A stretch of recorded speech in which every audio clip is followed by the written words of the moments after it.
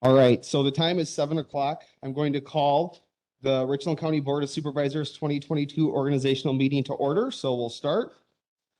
In accordance with Richland County Board Rule Number 2, I, Clerk Kalish, will serve as temporary chair for this organizational meeting in addressing agenda items 1 through 5. Once we complete 1 through 5, the meeting will be turned over to your newly seated county board chair. So I will start with roll call. Okay. Carol? Here. Murphy Lopez? Here. Brewer? Sieb? McKee? Renish? Here. Luck? Manning? Gotcho? Glassbrenner? Here. Rudersdorf? Gentis? Here. Turk? Cosgrove? Frank? Severson? Present. Williamson? Cooey? Fleming? Boyce? And McGuire? 20 out of 21 present. We have a full house. Okay, we will have Pastor Jonathan Young here to lead the invocation. So, Jonathan?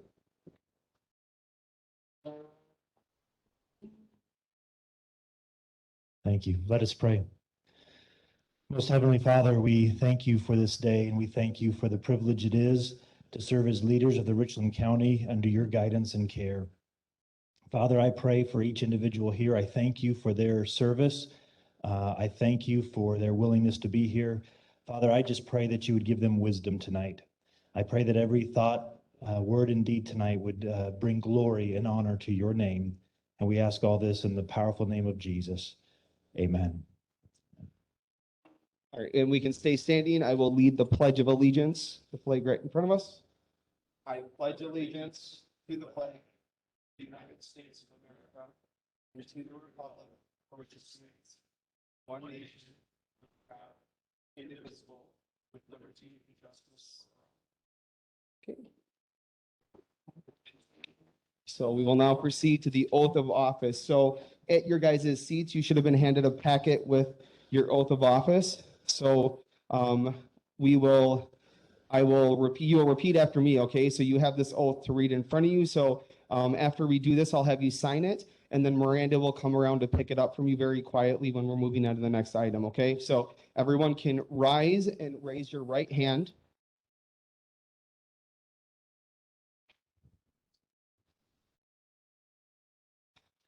Okay. All right, so repeat after me. I, and state your name, having been elected or appointed to the office of County Board Supervisor and your district number, but have not yet entered upon the duties thereof, swear or affirm that I will support the Constitution of the United States and the Constitution of the State of Wisconsin, and will faithfully discharge the duties of said office to the best of my ability. So help me God. Okay, thank you all. Congratulations. Go ahead and sign that there.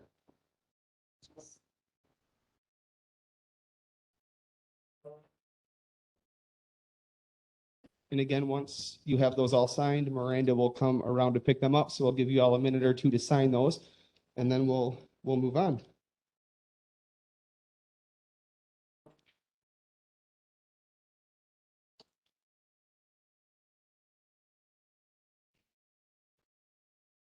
In your folder this evening, you'll see a agenda item, and it's also on their website, beginning with 9-9 organizational meeting script. And if you wanted to follow along in the scripted out instructions and the narratives that we'll be following tonight, you certainly can do that. I'm going to avoid putting it up on the screen unless because we'll have some supporting documents and such that we'll be using to help us support us in our different elective processes here tonight. Okay, so is everyone ready to move on? Are we good? Okay, so we'll move on to item number 5 then, election of the chairman. So this process we use for this will also be used for the vice chair. Again, once the chairperson is seated for the board, I will step away and the chair will take over and resume control of the meeting. So we will now proceed with the nominations process. The process will follow in accordance with rule number 2, and unless there are any objections, we will follow the scripted procession that has just been distributed to you or that was available. So that's what Clint just mentioned. Hearing that, are there any objections to proceeding with the script as presented to you folks?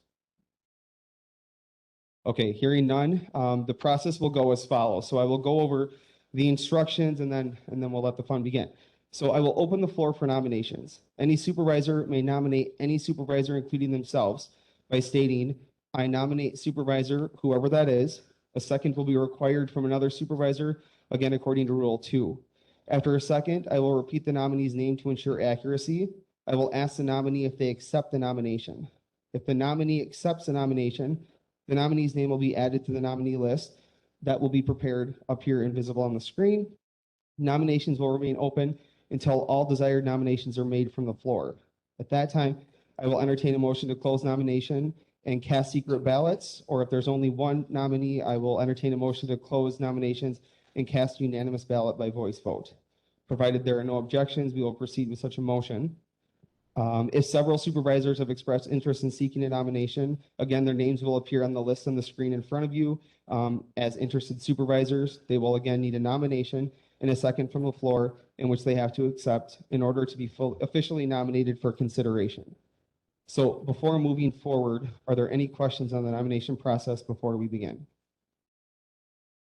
Okay, so I'm going to take minutes too, so bear with me if I'm doing a couple different things here. So at this point, I will now declare the floor open for nominations. This is for County Board Chair. Clerk Kalish, the list is then actually behind you here. We have. Derek, you can look straight ahead. Oh, Clerk, yeah, you can look ahead, Derek. I apologize. Clerk Kalish, behind Clerk Kalish, you're going to see we have 3 of your supervisors have expressed interest in seeking nominations for the county board chair position. As Clerk Kalish just read, we would need a nomination and a second from the floor to then put these folks on the accepted, they would have to accept it, and we'll have them on the accepted nomination list to then proceed with an electoral process. So the floor is open. Okay, Bob? I will make a nomination for Marty Brewer for the county board chair. Okay, I have a first for a nomination for Marty Brewer. Is there a second? Richard McKee for a second. Mr. Brewer, do you accept? Okay. Are there any other nominations? I'll nominate Sean Murphy Lopez.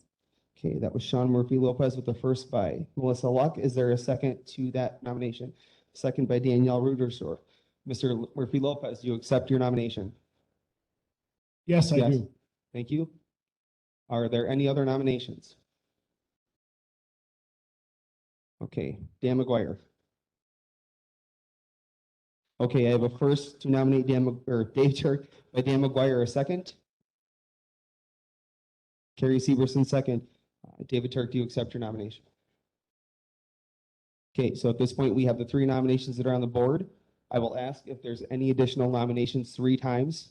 Upon the 3rd time, I will close nominations. So are there any other nominations for County Board Chair?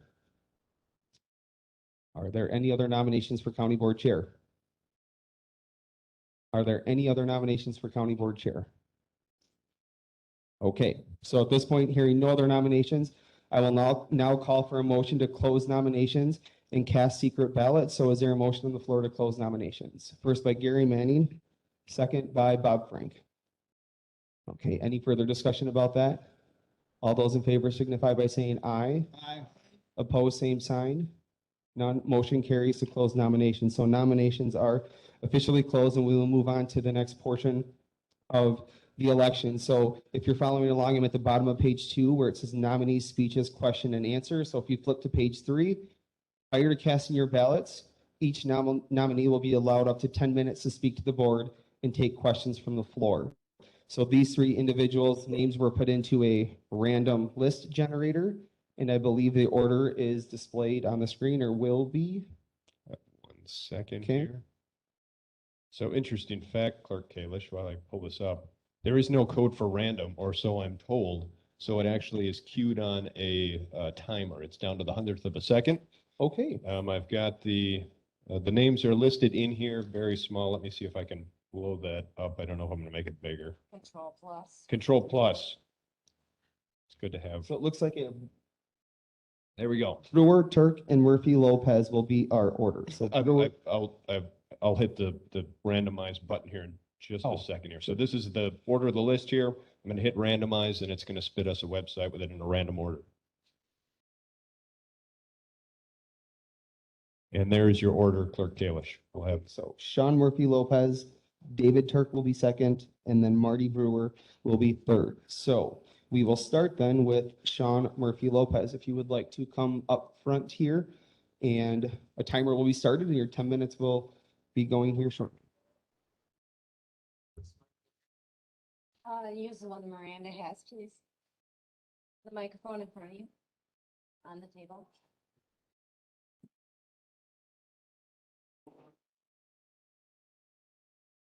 So she seems a little wired.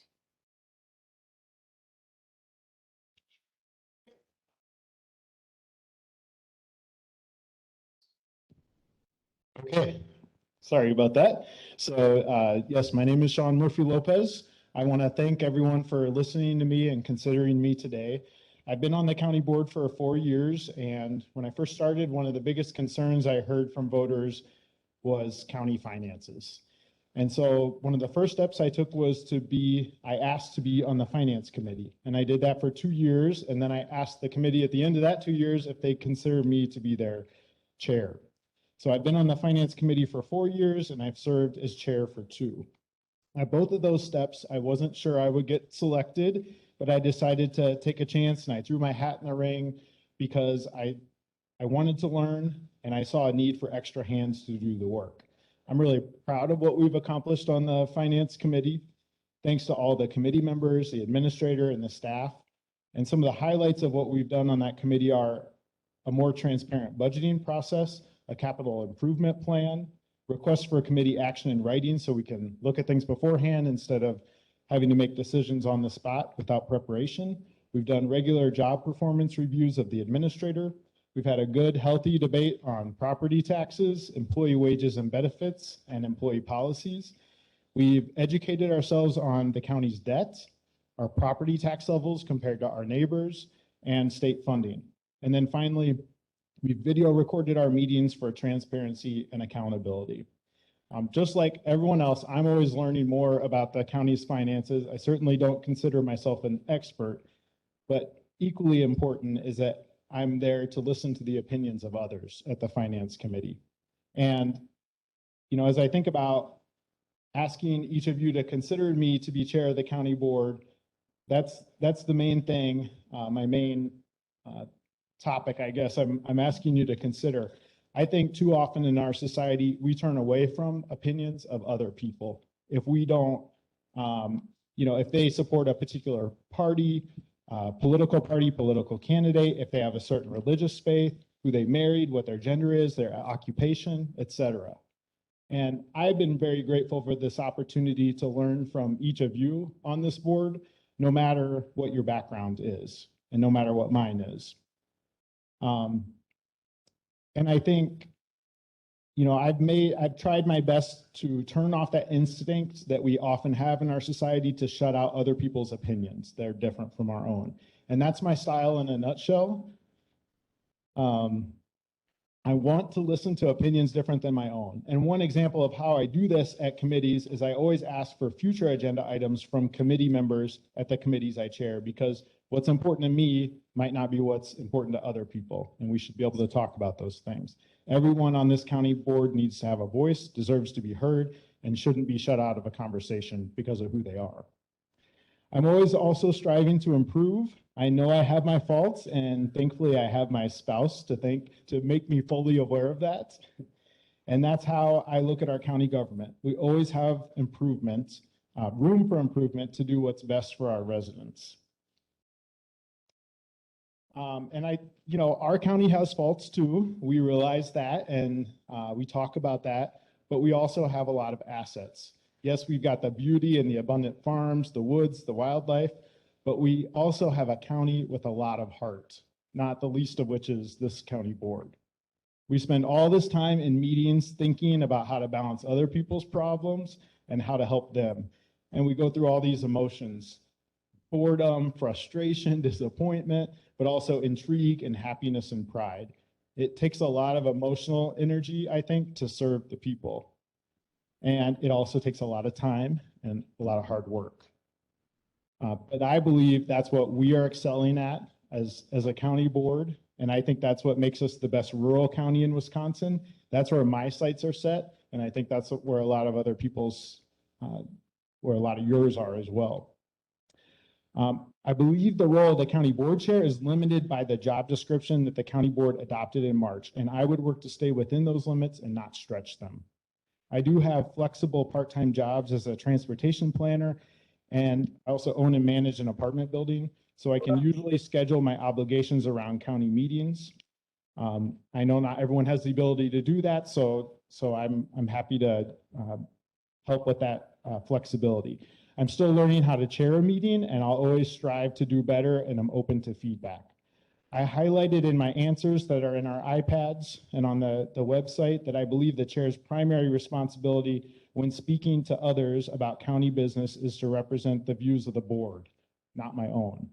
If there's a mismatch, and there have been sometimes, it's the board's opinion that is primary and should be the first to come out of my mouth.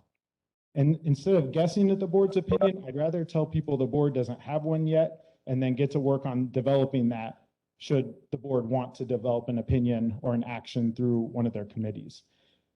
I don't believe any one of us has much power on this county board. Yes, we can each vote and we can express our opinions and carry out our roles as chairs and vice chairs, but it's the process of developing an idea through committees that results in action. And that's where power lies with the group, I believe. I did spend a lot of time last evening reading everyone's bios and committee preference forms. I can't promise if I were to get chosen that everyone will get what they want, but I can tell you that I spend the time to better understand your interests.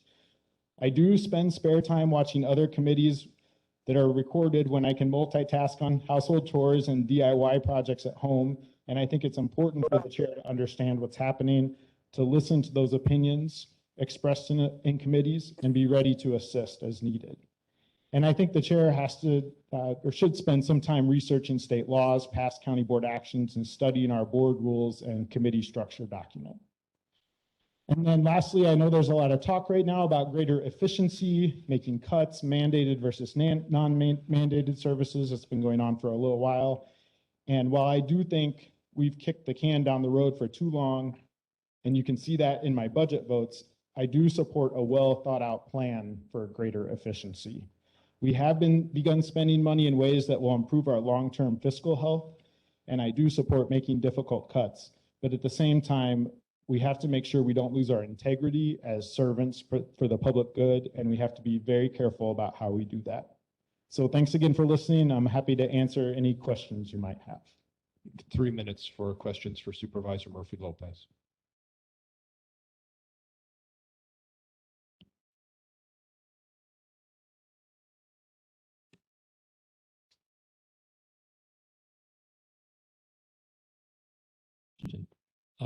Here a while back, you ran for state legislature.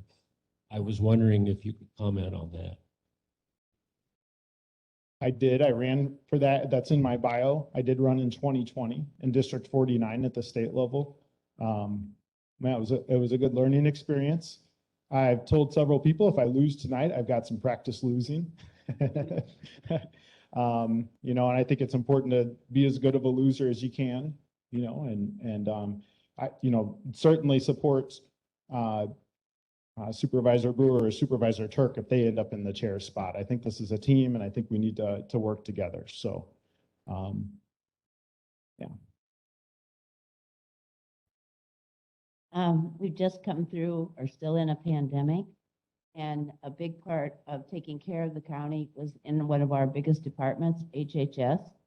And I was wondering, I think that as the county board chair, you need to reflect HHS and support what they were doing. If you're doing, and I just want to know if you believe in the vaccination, and if you believe in social distancing when we need to have it, and how you would support HHS. Well, I think if you look at what I did over the past 2 years, I certainly supported the strong recommendation to follow CDC guidelines to mask up. I supported that resolution. I also supported having a joint meeting between the Finance and Personnel Committee. I worked with the chair of the HHS board, Supervisor Severson, to set up a joint meeting so we could talk about educating our employees about vaccinations. And Tracy Thorson did a really good job of that. And I was proud of that. I had a personal experience with COVID in my family from someone passing away. So that's why I felt it was important to educate folks on that. We have 30 seconds left of Sean's 10 minutes.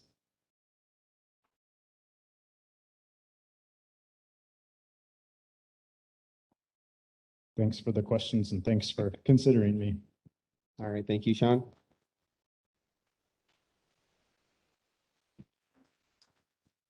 All right, come on up, Dave Turk, you're next. We'll start the timer when you grab the mic. So same format as before. Dave will have 10 minutes to address you folks, and then any questions you have, please bring them forward within that 10-minute mark. Floor is yours, Dave. Thanks.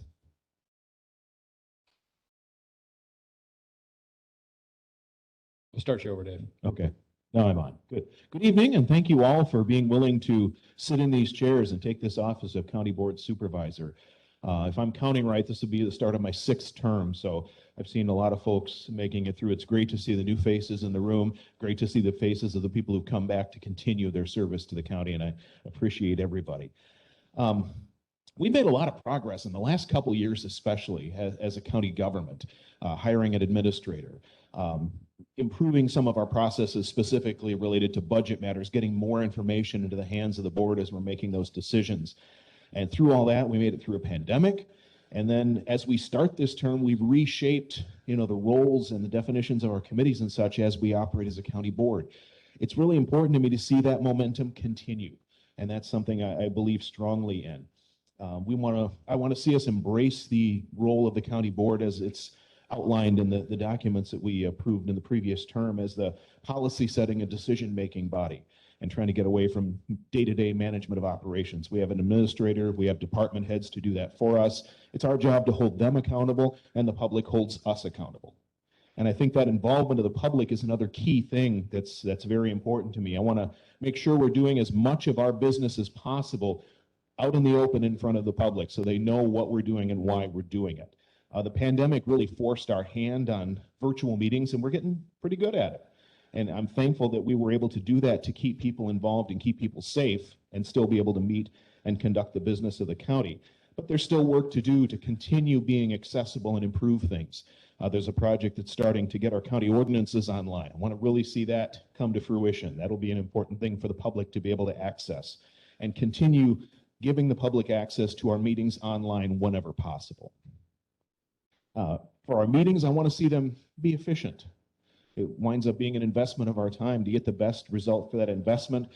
Being able to focus our energy and our time on the discussions we really need to get through, and there'll be a number of them coming up in this term that we're going to have to spend some serious time on. Running a meeting smoothly and giving folks a chance to be heard is important. And when we consider big issues, we're going to have divergent opinions and pretty strong feelings on both sides.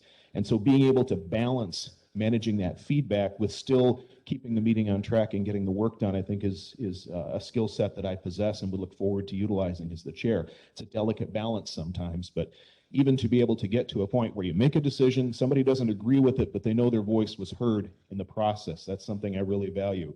I think consensus is wonderful whenever possible, but sometimes we have to move forward with the decision. The thing I'm most passionate about, and I appreciate Sean's comments about it, is the fiscal matters of the county. For as long as I've been on the board, we seem to go through this annual exercise of scrambling to balance a budget, starting with a hole and having to find a way to fix that hole. Sometimes we've drawn down fund balances to do it. Then we leave ourselves in the same predicament the next budget cycle. Along the way, we've put off salary increases for staff. We've deferred maintenance on many things. That's coming back to bite us now, like with the emergency radio tower project. Long ago, we cut the fat from the departments. The easy decisions have been made. What's left are the tough choices.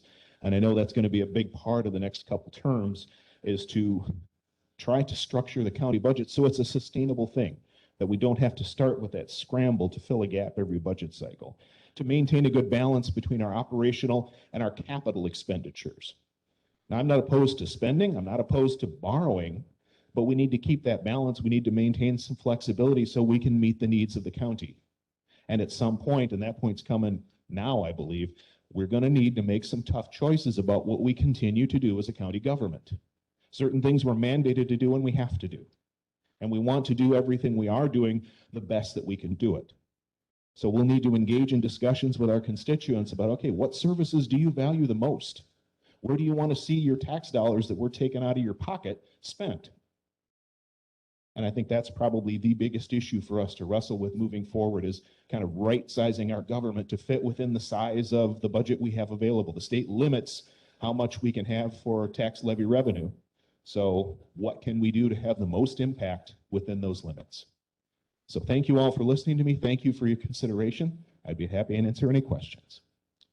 There are around 5 minutes left for questions. Should any of you have them for Mr. Turk?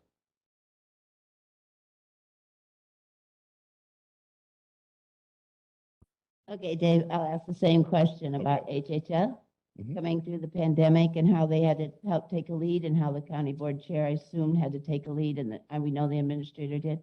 How you feel about that, how you feel about being county board chair and promoting safety and social distancing and vaccinations, and to keep your county residents safe.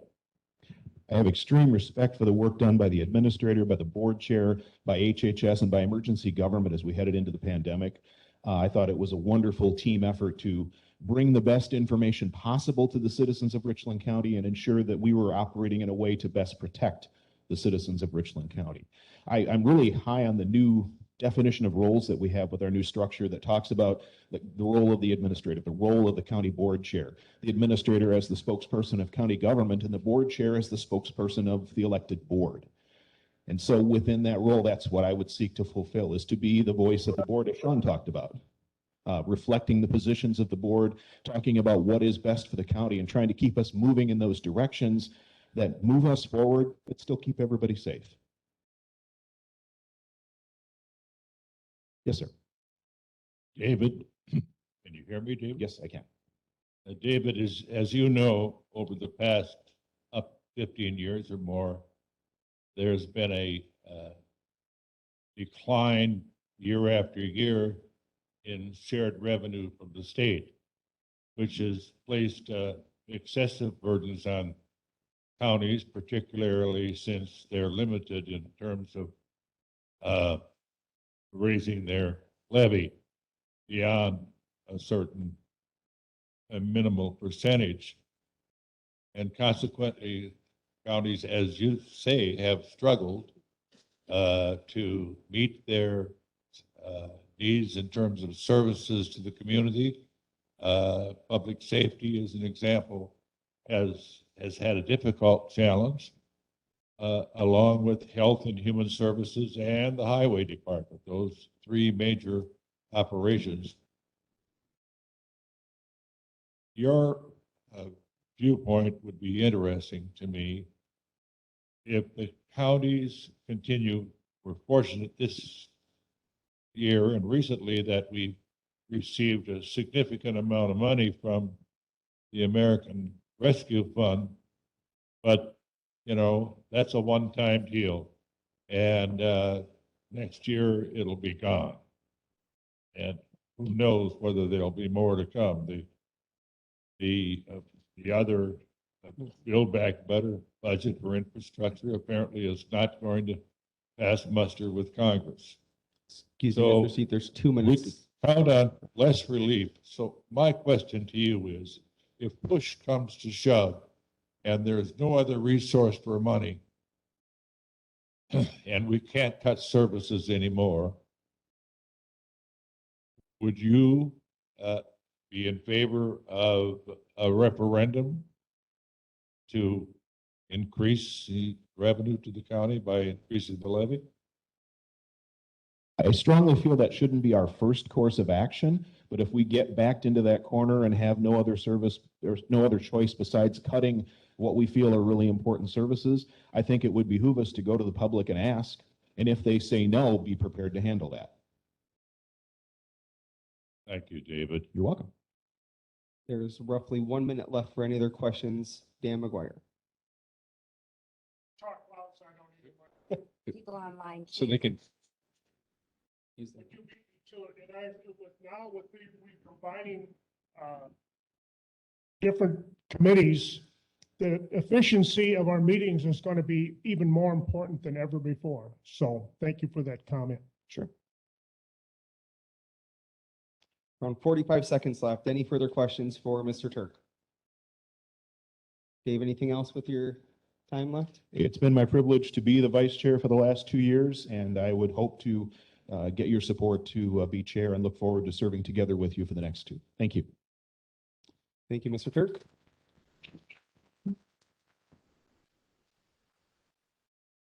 Marty Brewer, the floor is yours. When you come up, we'll start the timer.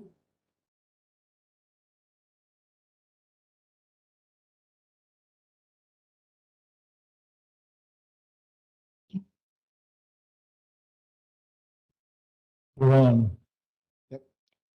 Such eloquence, these two gentlemen who preceded me. I'm going to talk about, I guess, the qualities that you need to have in your county board chair. And they are not necessarily the things that the gentleman before me talked about. I think the most important thing for the county board chair is to be number one, a leader, number two, a representative for the county, and then a person that can stimulate dialogue and develop a consensus after hearing divergent opinions, if the whole room can come together. And I guess I look at my background, and many of you probably don't know, but I worked for the big company in Madison, American Family, for 30 years. And during those 30 years, I spent 25 of them as a manager, director. So I've had a lot of experience in people working for me. And I don't think I have boss syndrome, but I have heard myself referred to, and I hope lovingly, as the great delegator. I'm the great delegator, and I look at that with pride, being called the great delegator, because as a director for many years at the big company, my function and my style was to hire good people and then let them do their job. And the same would hold true in the county board. It was mentioned to me by someone that I work with very closely on a daily basis. And I won't mention the administrator by name, but he did say to me, "You have such talent on this board. I've never before, it's never been and I hope I'm not misquoting Clint, but he said any board he's been associated with, he's never really seen the amount of talent and a willingness to put forth that talent. And guys, I'll be the first to tell you that I'm not going to sit down and develop spreadsheets. I'm not going to sit down and develop bar graphs. I'm not going to sit down and try to do I can't, for one thing, I can't do them. I always had people that would do that for me. And thank goodness we have people on this board who can do that. So I've done everything, every committee on that's available, just about, all the big ones. Another indication, I think, of the chairman's role and skill is the interpersonal connections that he or she would make. And I believe that the relationship between the county and the city of Richland Center is the best it's been in the last 50 years, perhaps. We talk to those people on a daily basis. My great disappointment because of the pandemic was not to get out to the townships and other villages in the county. My goal for next term will be to develop that and to get out there. The COVID, from day one, Clint and I had to face the pandemic and how to respond to it. I left people making public statements about that. I left that up to Tracy and Rose Cahoot, our wonderful public health officer, who absolutely did an absolute fine job doing that. And I stepped back from that because it didn't help for me to be involved in that conversation. However, I will say that at the beginning of the pandemic and with each new onslaught, it seemed, each new wave, I got phone calls. Put in a mask mandate. In the next hour, I'd get a call. By God, you better not put in a mask mandate. This isn't Soviet Russia, so maybe there isn't, so or whatever. This isn't Russia. So anyway, it was tough sledding there for a while, but we persevered. We got through it, and I think we are better off for it because we have developed a more transparent process. We've developed our virtual process people can access. And for that, I'm grateful. I would leave you, a couple of highlights. Development of the Richland Economic Development Board. And that was something that had to be done. Jason Glassrunner, the hiring of Jason, he saved or he prevented the county from losing between about $1.7 million. And that, because we were due to lose that money, it would have gone away. It's money left over from an old economic development loan program that we had. And the state decided that was no longer viable and made it into CDBG block grants. And anyway, Jason found ways to spend that money, not unwisely, but to do good things with it. We went to Lone Rock and developed their park and got rid of some blighted buildings. And then if you look over at the elevator on the auditorium that's being done, that's another example. So the RED, the RED, the CDBG, the ambulance garage people was stagnated and it wasn't going anywhere. We got that moving again. I called a meeting of city and county, appeared before everyone, said, guys, it's time that we did something. So we got that going again. 3 minutes remaining, Mr. Brewer. The Tri-County Airport was something that I was ready to walk away from 3 years ago, because I remember Gary Manning riding around in a car down there, and it was during the flood. Remember that, Gary? And Channel 27 was there, and some people were very angry about it. And I thought, well, if it floods every time it rains, maybe we shouldn't be involved. But anyway, a lot of plans were put forth. We finally dug the big ditch. It's going to drain it, hopefully, into the future. And I didn't want to walk away because I found out that one of our large employers, Cardinal Glass, in that area, it means an economic impact of $19 million in wages for the county. So now, granted, they probably don't all spend them here, but it's significant. So I'm going to leave you with one final thought. As we move forward, let's not lose sight of what we want our county to be. Are we going to strip services and amenities to bare bones? Or can we preserve some of the extras that make Richland County such a wonderful place to live? Thank you. We have 1 minute and 25 seconds left for questions. Anyone has any? Now's the time to ask.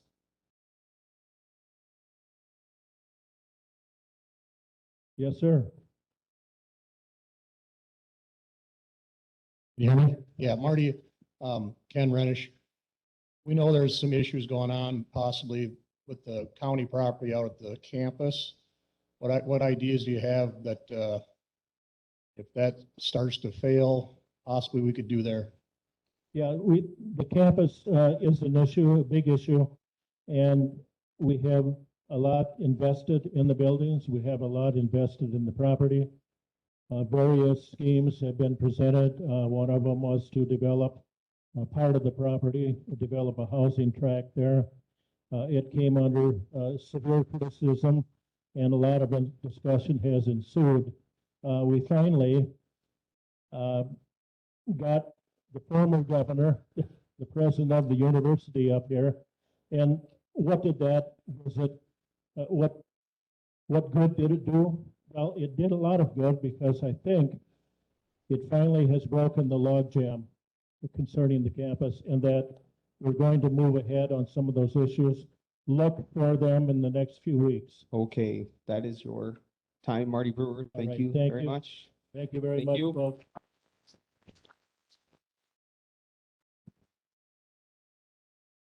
Okay, so we'll give Marty a second to get back to his seat. Having given each nominee a chance for address, we will now prepare to cast your secret ballot. So ballots will be distributed here in a second, and we'll go through the process with you. Your list of nominees is as follows. So we have Sean Murphy Lopez, who spoke first, Dave Turk, who spoke second, and then last but not least, Marty Brewer, who just addressed us. Paper ballots will be distributed here in a second for you to cast your secret vote. You will print your name of one nominee on the ballot and cast a ballot with one of our collectors. So I do believe Treasurer Even and Sheriff Porter are around if you guys want to come down here and disperse these ballots for me. So one ballot per person. It's a pretty basic ballot. You'll see. You'll write the person you want to vote for in the box there. So while these guys are distributing those, I will read through the rest of our information here. Okay, so Treasurer Even and Sheriff Porter will assist with the collection of the secret ballots, and I will also ask that they assist Corporation Counsel with the counting of the ballots. A successful vote will require a majority of cast ballots of those supervisors present this meeting. So this means a nominee will win by gaining at least 11 cast ballots, as we have all 21 supervisors in attendance. If a majority of ballots is not obtained by any nominee, the board will recast ballots until a majority is reached. No nominees will be stricken from the list, and all names on the nominee list will remain eligible until a majority of cast votes is gained. Are there any questions on the election process? Hearing none, go ahead and cast your secret ballot. When it's ready to be collected, turn it upside down and let these guys will walk around and collect them when we're ready. At that point, they will work with Corp Counsel Attorney Wendell to tally the votes, and we'll have a results for you here.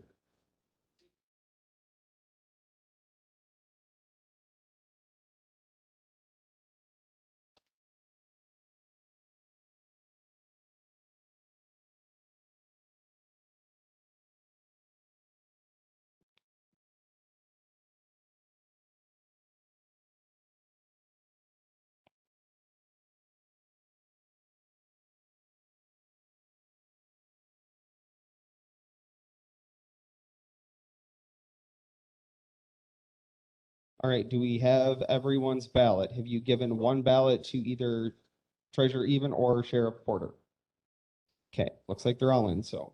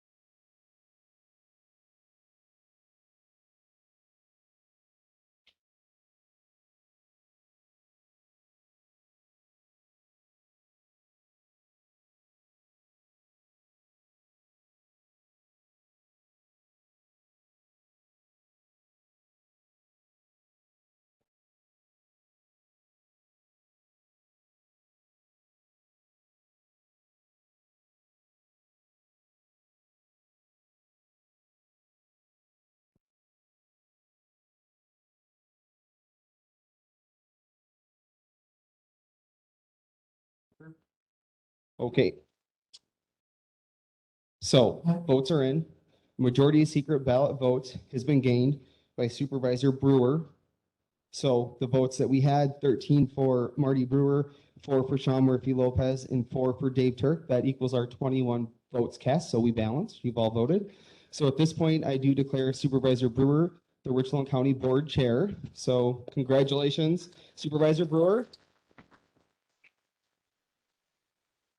Chair Brewer, yes. And Chair Brewer, you are welcome to come up here to the head table and assume the chair. Do you want me to? Yes. It's your meeting, sir. It's yours now. Here's your gavel. Well, okay. I'll be right up. Okay.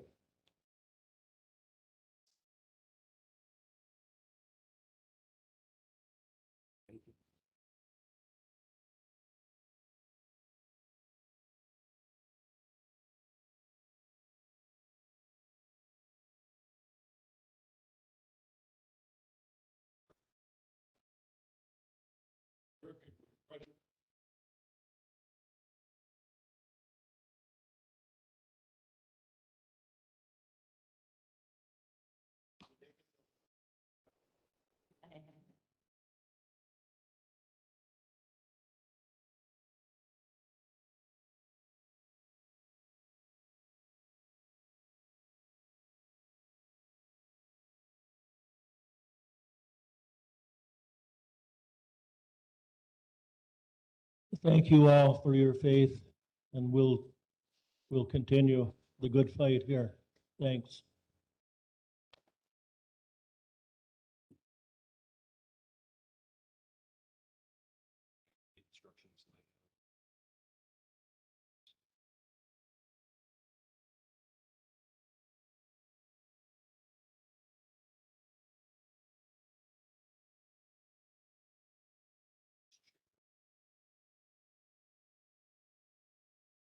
We will now proceed with nomination process for the vice chair.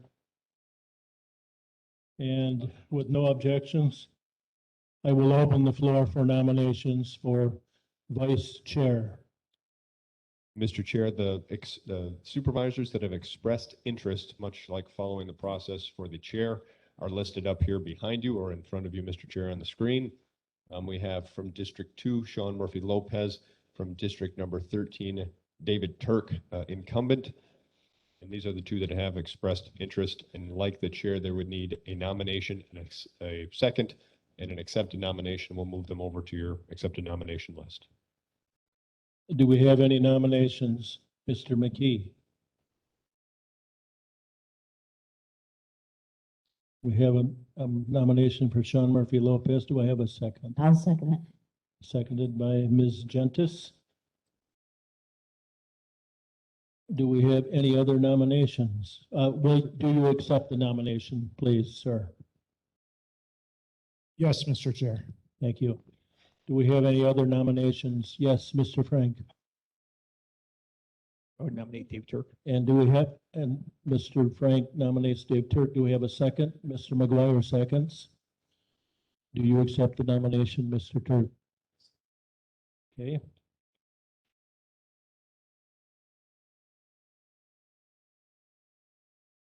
Yeah, we'll call for other nominations now. Are there any other nominations? Yes, sir. Mr. Sieb. I nominate Gary Severson. Mr. Sieb nominates Carrie Severson. Do we have a second? Seconded by Mr. Gatchell. Mr. Severson, would you accept such nomination? No. Okay, Mr. Severson will not accept. Are there any other nominations? Are there any other nominations? Are there any other nominations? All right, I will entertain a motion to close nominations and cast secret ballots. Mr. McKee? Seconded by, who is that? Steve Williamson. Steve Williamson, seconded by Steve.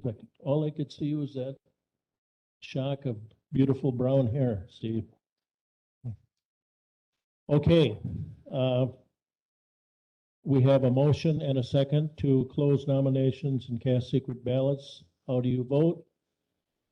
Aye, against, nay, no, we don't say nay, we say no. All right. In an abbreviated process, we'll ask then that Treasurer Even and Sheriff Porter come on back down here. Ballots will be distributed much like they were for the chair. You'll place the name of one of the two nominees from the accepted nominee list on those. They'll bring them up here for tallying with Corporation Counsel. We will continue the process until a majority of ballots has reached by one of the nominees. Two should reach it. We should. That's the whole truth. I think so.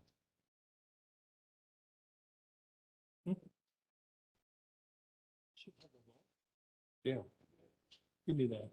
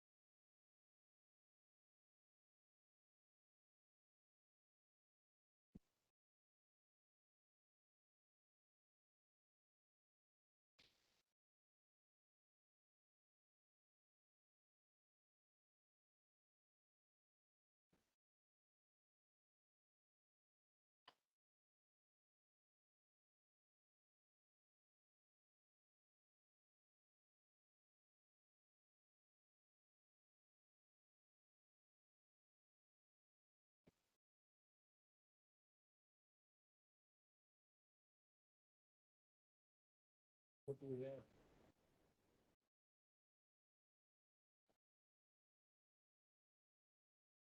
A majority of secret ballot votes has been gained by Supervisor Sean Murphy Lopez. I declare Supervisor Murphy Lopez the Richland County Board Vice Chair. Congratulations, Sean. Please join us at the head table.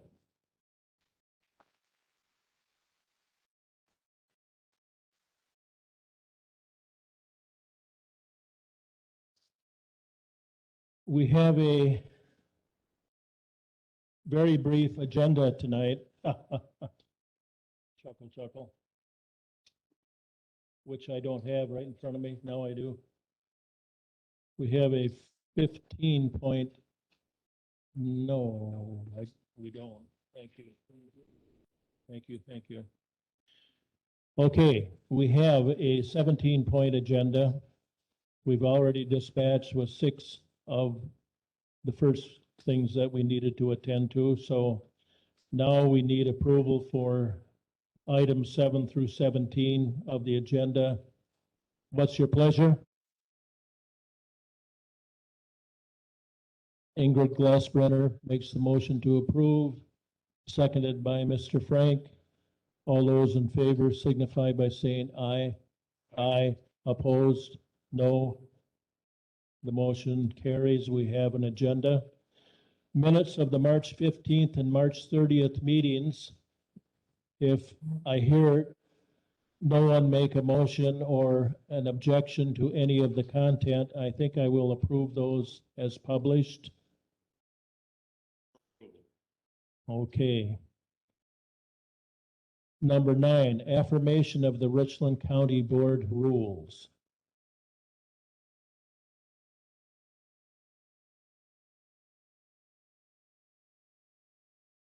As adopted by Resolution 2223, the amended on the county board floor on March 30th, county board floor meeting. The county board rules have been posted on the Richland County website and are updated in your county board folders. It is recommended by the Wisconsin Counties Association that we take formal vote to affirm our county board rules with the beginning of a new session for the Richland County Board of Supervisors. So you'd be looking for a motion then to affirm the county board rules. Okay. You know what we're trying to do here? We're trying to affirm our rules. Yes. Mr. Cosgrove, seconded by Mrs. Luck. All those in favor of affirmation of the Richland County Board rules signify by saying aye. Aye. Opposed, no. We have rules. Now, item 10, this will be real quick. Appointments to various boards, commissions, and committees. Mr. Langreck, how do we proceed? Mr. Chair, we're looking to proceed tonight with election and appointments of the various committees, boards, and commissions.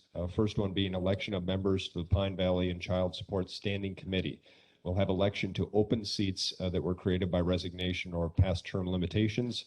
This evening, the Standing Committee does include our term limitations specified in statute, and in honoring these term limits, we will be seating only the vacant seats. The terms for this committee are 3-year appointments, not to exceed a total of 6 years consecutive. Entering the 2022-2024 session, we'll then have 3 seats to elect tonight for supervisors, and we'll have 1 citizen seat.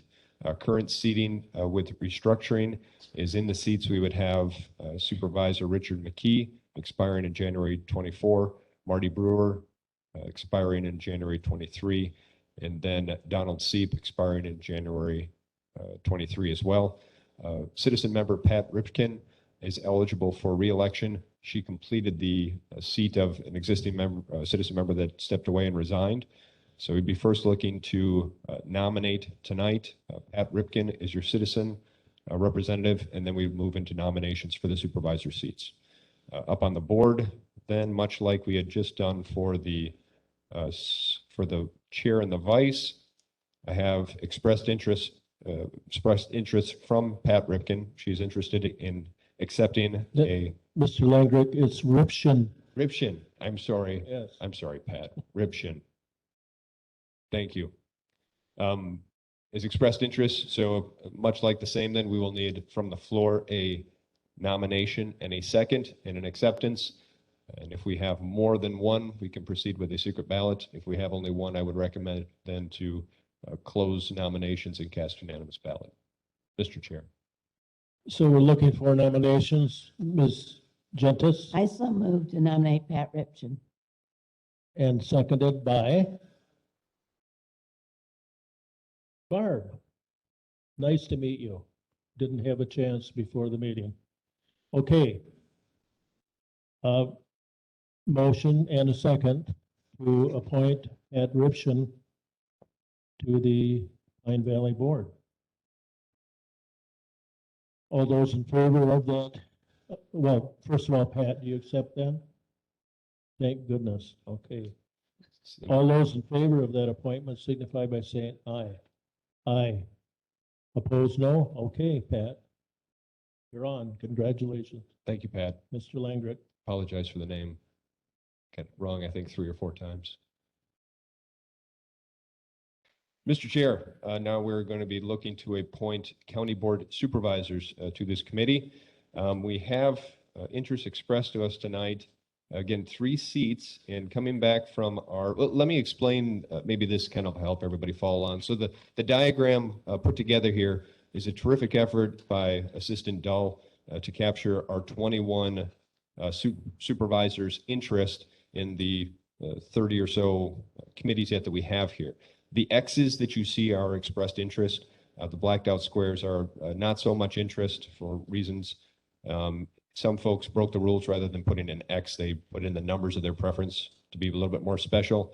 And then the ones with asterisks show that they're also interested in chairing that if given the opportunity. So that kind of helps you follow through tonight. And then as you get stood up with your committees, you'd be able to reference that as well in your considerations for your chairs and your delegate votes then for finance and personnel and rules and strategic planning. So tonight we have interest expressed from Barb Voice and interest from Steve Williamson, of which I will now present.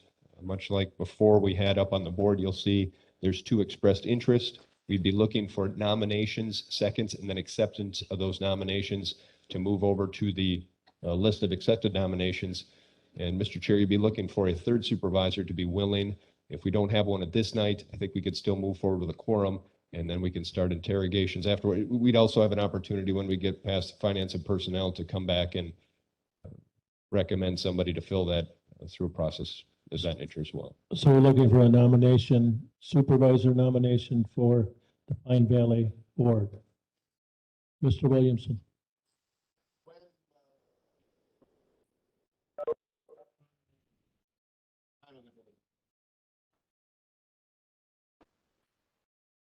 A lot of times have been kicked, Steve, we've been meeting at 6 o'clock on Mondays, but that's to suit a school bus schedule. So if it's during the day, that's not a problem, so. Okay. So I'm looking for a nomination for supervisors for the Pine Valley Board. Mrs. Glassbender. I'd like to nominate Steve Williamson. Steve Williamson, do I have a second? Mr. Gotchel? Okay, do you accept that nomination? Okay, now, do we ask for any more nominations? Yes, we're looking for nominations. Okay. Are there any other nominations? Ms. Gentis? I nominate Barb Boyce. Okay, we have Barb Boyce, seconded by McKee. Would you accept that appointment? Thank you. Are there any other nominations? Are there any other nominations? Are there any other nominations? All right. Now, we've got one opening, or? We do. We have 1 seat open at this time. I think I'd recommend we could proceed with it open. I think we would have enough yet for a quorum to keep business moving. Possibly then later on in this meeting, we could reestablish after we do delegations to finance and personnel to see who would still have a seat open then to place them in there. And if need be, we can continue. We can always assign somebody at the following meetings as well, Mr. Chair. So Okay. at this point, with only having 2 for 3 seats, I don't think we have to go through the drill of doing a secret ballot. If we had a motion to close nominations and cast unanimous ballot to fill these 2 seats with these 2 supervisors, I think that would suit our needs this evening. But I have a question that who else is Mr. McKee still on the Pine Valley Board? Great question. Yes, we would still have your 3 supervisors that are still on there based on the durations of their term. Again, would be Supervisor Brewer, Supervisor Seep, and Supervisor McKee. Thank you. All right, do we need to vote on that? Yes, sir, Mr. Turk. Thank you. Second by the new guy back there, Mr. Renish. It's pronounced Renish, R-Y-N-E-S, Renish. Thank you. I was saying Ripken. No, you weren't. It's usually Rhines. Okay, all those in favor signify by saying aye. Aye. Opposed, no. We have a ballot cast. Thank you. What's next? At this point, Mr. Chair, I think we need to take a brief recess, let folks stretch their legs. We're going to then take a look at your slate with adjustments for these positions, and then we're going to come back, we'll reconvene, present the slate, and look for for action to confirm your appointments to standing committees and our advisory committees. Okay, 5-minute recess.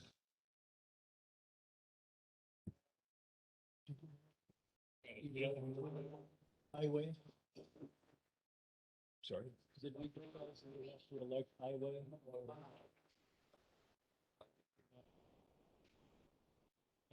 don't have my script. I'll get you. I'll on the computer, so I've you lost want to step some. back, maybe we could steal this table back here.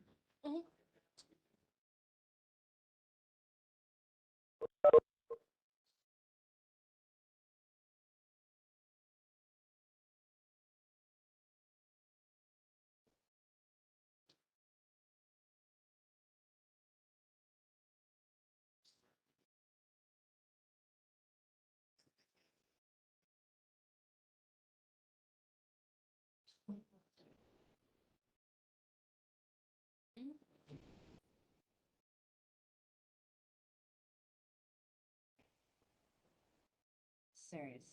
Those all cares.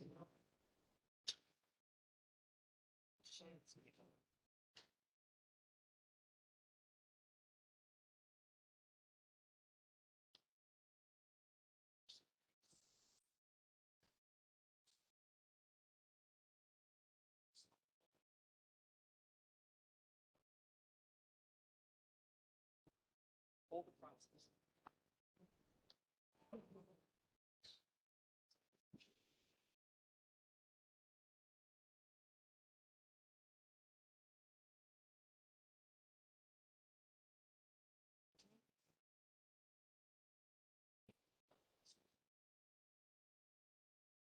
Back to it.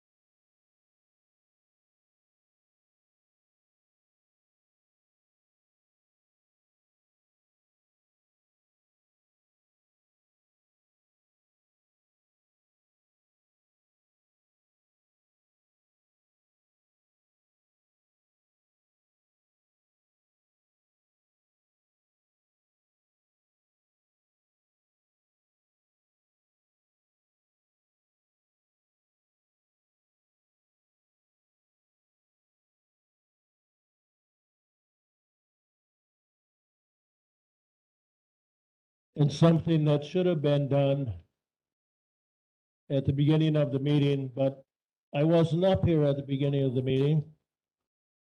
But I would like to recognize our 3 new board members.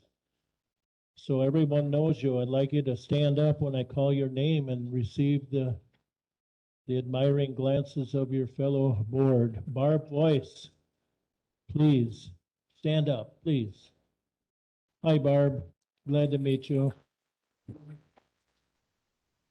Julie Fleming. Thank you. And Ken Renish. Thank you. Thank you all and thank all of you for running for the board. It's not a easy thing to do.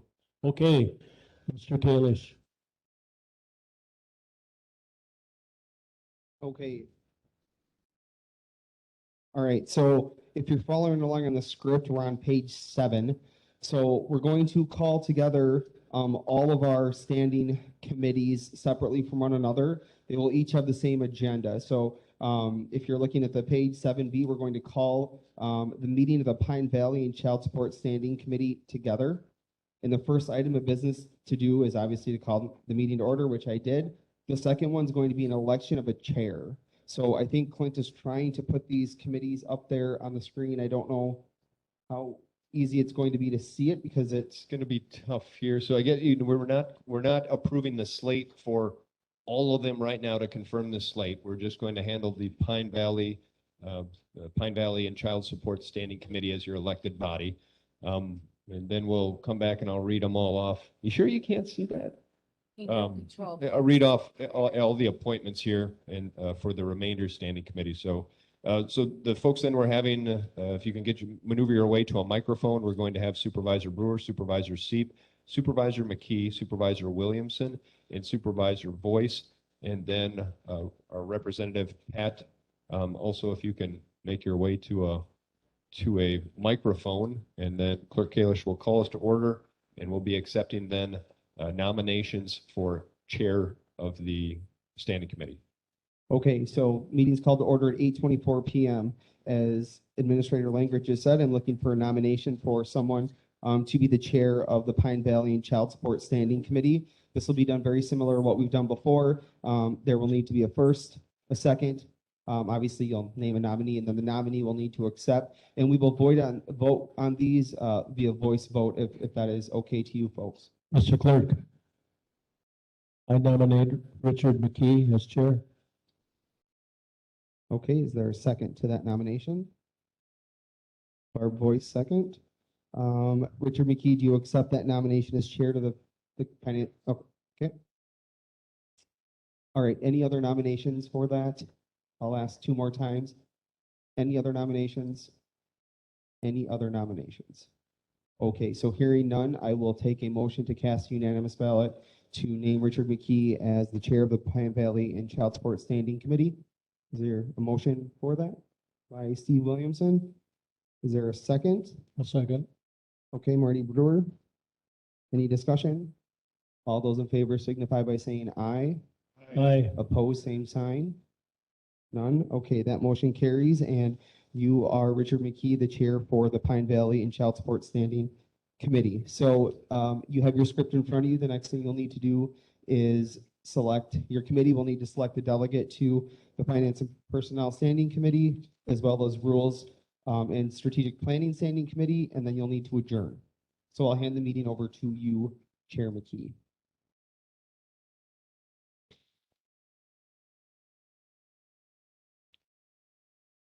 I would like nominations for the Personnel and Finance Committee.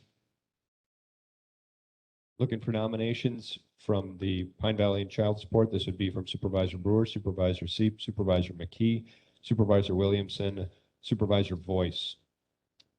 Nominations from one of those members as well. I nominate Supervisor Williamson to be on either one, Finance and Personnel. Do I have a second? Second. All those in favor say aye. Aye. Opposed? Motion carries, and Williamson will be our representative on finance and personnel. The next item is representative on the strategic planning committee. Do I have any nominations?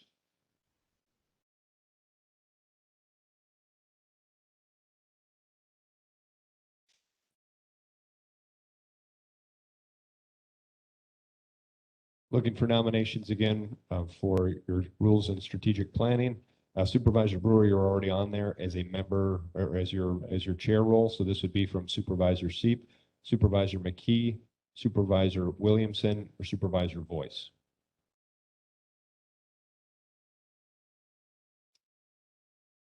Chairman. I nominate, I have a name of Tom C. I'll second that. All those in favor say aye. Aye. Opposed? Motion carries. Mr. Chair, looking for your, looking to adjourn to a time, date, and place. Did I say that right? Date, time, place?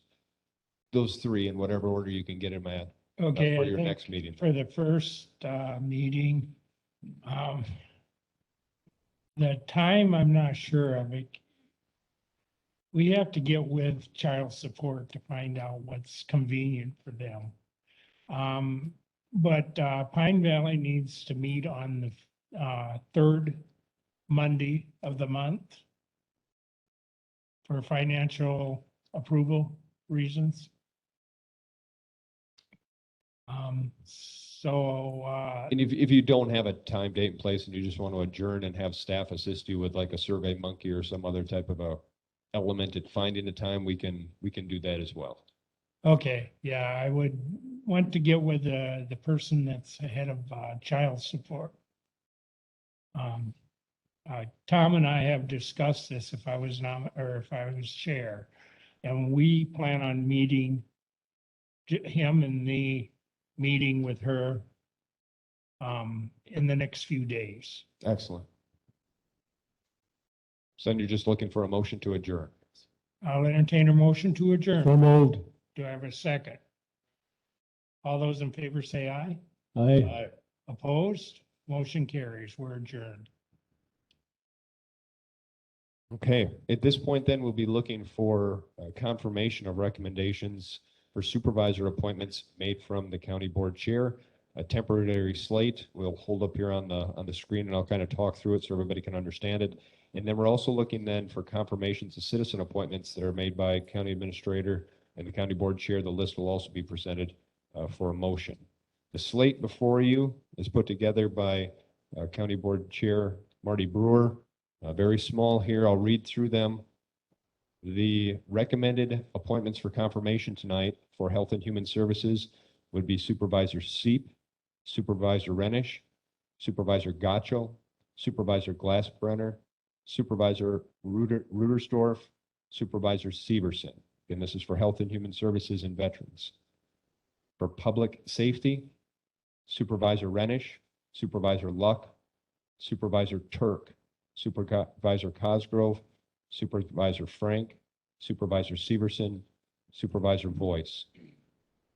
For our Education Standing Committee, recommendations tonight, Supervisor Murphy Lopez, Supervisor Glassbrenner, Supervisor Gentis, Supervisor Cosgrove, Supervisor Frank, Supervisor Williamson, Supervisor Cooey, Supervisor Voice.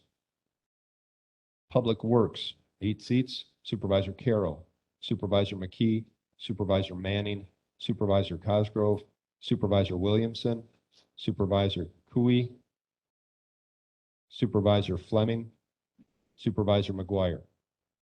Land and Zoning, 6 seats, Supervisor Carroll, Supervisor Luck, Supervisor Gentis, Supervisor Turk, Supervisor Frank, Supervisor Fleming. Fair and Recycling, 4 seats, Supervisor Manning, Supervisor Gotchel, Supervisor Rudersdorf, Supervisor Severson. Bear in mind, after we were to confirm these appointments, These meetings will then be conducted. There'll be delegations or chair selections and delegations then to finance and personnel for supervisors that are moving into a finance and personnel and rules and strategic planning position. If that's going to cause you to go over 4 appointments for a standing committee, we'll have to come back around and have you resign one. That would also then free up positions here that are going to then, we'll have to come back through and then fill in the voids with another round with the county board supervisor. So the next meeting then, Mr. Clerk Kalish, if you can call the Health and Human Services and Veterans Standing Committee to order. Okay, so it is 8:33. We will call the meeting to order for the HHS and Veterans Standing Committee. We'll follow the same process for all these committee meetings, so it should come pretty quickly here. First and foremost on the agenda is to elect a chair. So just like we've done before, I will take a first and a nomination via first and a second from the floor and acceptance from the nominee. You know what? I got us out of order. I apologize dearly. We have to do confirmation of the slate and then confirmation of citizen members. I'm sorry, Clerk Kalish. So backing up with those assignments again as your tentative slate, I also have then for you tonight appointments for your citizen members. I think I have this one. I will share up on the screen here. So our citizen seats for Health and Human Services and Veterans Standing Committee, recommendations or appointments for myself looking for confirmations tonight would be for 4 citizen seats, Cindy Chicker, Gerald Burris, Sherry Hillesheim, and Lee Van Landite to fill the 4 seats that are citizens. One of the seats remaining open. We will conduct posting for that opening position in the paper in compliance with our rules. Cindy and Gerald moving in from existing from Health and Human Services, Sherry and Lee moving in from Veterans Commission. The citizen seat for Pine Valley, we've done through an election process, and that was Pat. Thank you again, Pat. The election of the citizen seat for Land Conservation and Standing Committee, we have a standoff between state statute and federal guidance on that seat. Our state statutes would call for the FSA chair to take it. Federal guidance coming down to the department, though, is saying that they do not want it affiliated. So this will be an item I will bring to your Rules and Strategic Planning Committee to sort out on how we want to retest this position. And then we have our fair citizen members, fair and park citizen members, Sandra Campbell, Gerald Deaver, Scott Gald, Eric Semendel, John Collins, Cindy Chick. Commission on Aging and Disability Board, Lawrence Engel and Angela Metz, recommended up through Health and Human Services Board. And then also looking for you tonight to consider nominations for consideration for the Lower Wisconsin State Riverway Board. You have 2 interested parties that have expressed interest, and that's Daniel Hilleberry and Bob O'Brien. Those you won't be actually appointing. It's a recommendation of a list of 2 that will go off to Governor Evers' office, and the selection of an appointment confirmed by a legislator will be done with those 2. That's what I have for you. Yes, if you want to call for a voice vote to confirm all of these. You've heard the nominations and the appointments. Could I have I'd like a motion to approve them. Supervisor Severson moves to approve citizen Thank you, nominees that seconded by are Mr. appointed. McKee. All those in favor signify by saying aye. Aye, opposed, no.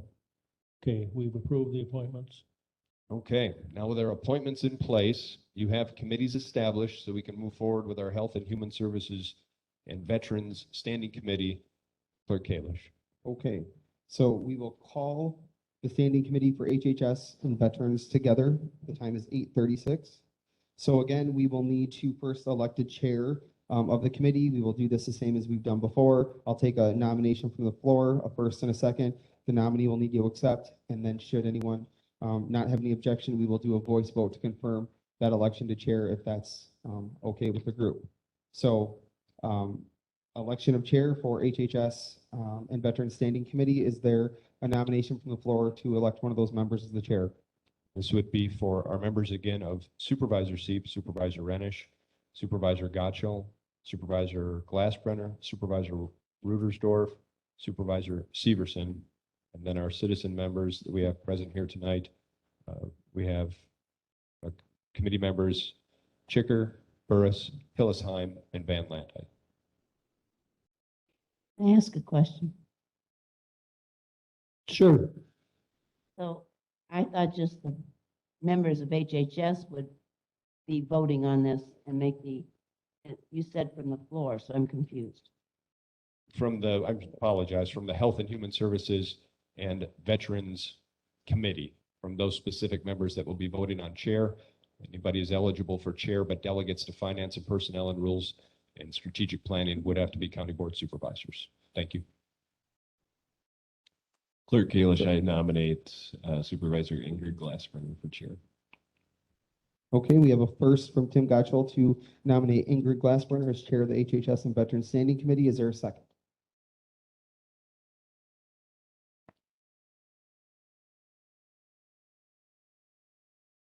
Is there no second to that motion? If there's no second to that motion, Yes. Gerald Barris. Okay, so I have a first by Tim Gotchall and a second by Gerald Barris to elect Ingrid Glassbrenner as the chair of the HHS and Veterans Standing Committee. Are there any other nominations? Any other nominations? Mr. Yep, yes. Clerk, I nominate Donald Seep, Chair of Veterans in HHS.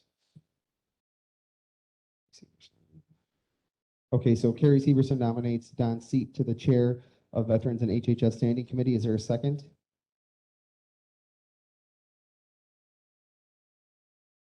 Okay, any other seconds? Hearing no seconds, that motion does not pass.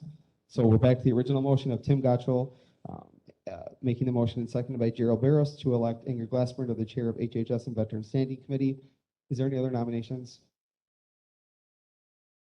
Yes, Gary Manning. So Gary Manning is the first to nominate Ken Renish. Is there a second? Please. Health and Human Services, yes. We have Ken Renish on that committee. But can Is Gary Gary Manning on the committee? nominate? Oh, yeah, I'm sorry, apologize. Yeah, Gary's not on the committee to make the motion. Thank you. Clerk Kalish, I have a question. This is Supervisor Severson.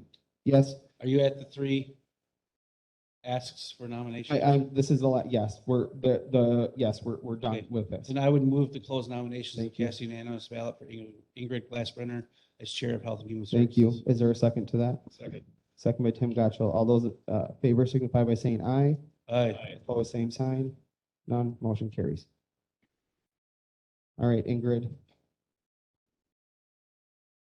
So now I would take nominations for a delegate to Finance and Personnel Standing Committee. Vice Chair. Oh, I'm suddenly have chair.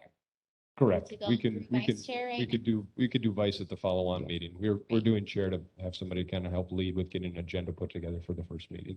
Okay. So yes, nomination for Finance and Personnel. I would like to nominate Tim Gotchall as our delegate to Finance and Personnel. Second, Cindy Chager. Thank you. Okay. Are there any other nominations? Do I need to ask 3 times? Yes. Okay. Are there any other nominations? Are there any other nominations? Okay, then all those in favor signify by saying aye. Aye. Any opposed? Okay, so next item is election of delegate to Rules and Strategic Planning Standing Committee. Would accept a nomination for that? Madam Chair, Yes. Supervisor Severson moves to to nominate Ingrid Glassbrenner to Rules and Strategic Planning. Second. Okay, we have a motion and a second. Are there any other nominations? Are there any other nominations? Are there any other nominations? All right, all those in favor signify by saying aye. Aye. Any opposed? Okay, agenda item number 5. I know Ms. Director Thorson had reached out and said that HHS was comfortable with keeping our committee meetings at the same time. Unless anyone else has an objection, I think for this first meeting after, we're going to keep it at the same date and time that we would normally, which is the second Thursday of the month at 10:30. So that would be, I believe, May 12th at 10:30. Okay, then I would take a motion to adjourn to that date and time. In a second. Okay, all those in favor signify by saying aye. Aye. Aye. Any opposed? Okay, we are adjourned. Yes? Our committee's not electing a vice chair, secretary. They're not doing that. They will do that at their first assembled meeting. This is to facilitate getting the chair settled and the delegates to the two committees in question. You're welcome. We'll now be moving on to public safety. Our 7 members of Supervisor Renish, Supervisor Luck, Supervisor Turk, Supervisor Cosgrove, Supervisor Frank, Supervisor Severson, Supervisor Boyce. Clerk Kalish, if you can open that meeting up for us. Yes, we will call the order of the meeting of the Public Safety Standing Committee at 8:43 PM. I will take a motion from the floor in a second and an approval or acceptance to nominate the chair of the Public Safety Standing Committee. Is there a nomination from the floor to do so? Bob Frank? I would nominate Melissa Luck to the chair position. Okay, first by Bob Frank, second by Chad Cosgrove. Okay. So we do have a first and a second for Melissa Luck to be the chair of the Public Safety Standing Committee. Are there any other nominations? Are there any other nominations? Are there any other nominations? Hearing none, I will accept a motion to cast a unanimous ballot to name Melissa Luck as the chair of the Public Safety Standing Committee. Is there a motion to do so? That was Dave. Okay, second. Bob Frank. Okay, first and a second. Any discussion? Hearing none, all those in favor signify by saying aye. Opposed, same sign. All right, motion carries. Melissa Luck, you are now the chair. All right, so we will go on to the election of a delegate to the Finance and Personnel Committee nominations. I would like to make a nomination that I would like to be on finance. Is that allowable? Yes, it is. Okay. Is there a second? Are there any other nominations? Any other nominations? Any other nomination? All right, all those in favor signify by saying aye. Aye. Opposed? All right, now we will move on to the election of a delegate to the Rules and Strategic Planning Committee. Would anyone like to make a nomination? Bob Frank would like to be nominated? Okay. Nominate Bob Frank. Second by Turk. Any other nominations? Any other nominations? Any other nominations? All right, all those in favor signify by saying aye. Aye. Opposed? All right. So I think that our committee isn't changing too much, so I will tentatively set our next meeting date for May 13th at 8:30 a.m. But Supervisor Severson, we can talk to see if that is a conflict with your schedule, and I can let everyone know if it is, but we'll tentatively set it for that time. All right. I need a motion to adjourn. Motion by Turk. Second by Renish, is that right? All those in favor signify by saying aye. Aye. Opposed? All right, we are adjourned. Mr. Chair, we'll be moving on to the Education Standing Committee. Supervisors that are here tonight, Supervisor Murphy Lopez, Supervisor Glassbrenner, Supervisor Gentis, Supervisor Cosgrove, Supervisor Frank, Supervisor Williamson, Supervisor Cooey, Supervisor Boyce. Clerk Kalish, if you could please open that meeting. All right, we'll call the meeting to order of the Education Standing Committee, 8:45 PM. I will take a motion for the chair to the Education Standing Committee. Mr. Clerk, I'll Yes. nominate Supervisor Gentis. So Sean Murphy Lopez to Linda Gentis. Is there a second to that motion? A second by Bob Frank. So we have a first and a second. Are there any other nominations to the chair of the Education Standing Committee? Any other nominations? Any other nominations? Linda, do you accept? I do, thank Okay, you. so hearing no other nominations, can I have a motion to cast unanimous ballot to name Linda as the chair of the Education Standing Committee? Ingrid Glassbrenner, and a second. Chad Cosgrove, okay. Any other discussion? All those in favor signify by saying aye. Aye. Opposed, same sign. None, that motion carries. Linda, you are the chair of the Education Standing Committee. The meeting is now yours.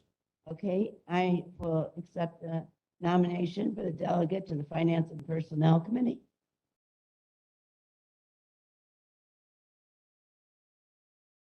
Any nominations for the Finance and Personnel Committee?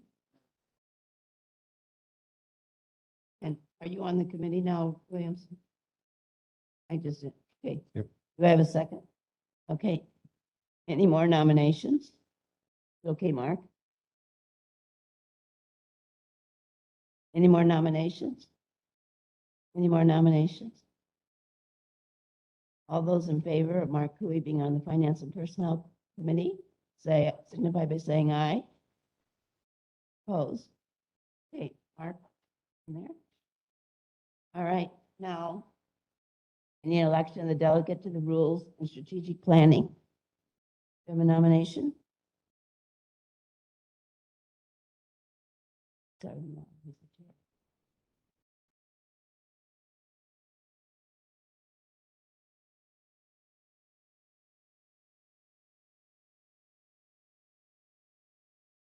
I would like to nominate Chad Cosgrove.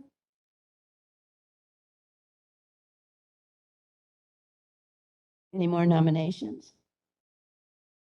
Any more nominations? Any more nominations? Okay, all in favor of Chad Cosgrove on the strategic planning and, lose my voice, rules. Signify by saying aye. Okay, opposed? Okay, Chad will be on there. Now, you originally had this scheduled for a Thursday morning, I think, didn't you? On the proposal, Madam Chair, but again, it's going to be at the discretion of when it works for you folks, provided on what type of. Well, I haven't talked to people in the extension office, but Mr. Compton usually works at the campus Monday, Wednesday, and Friday.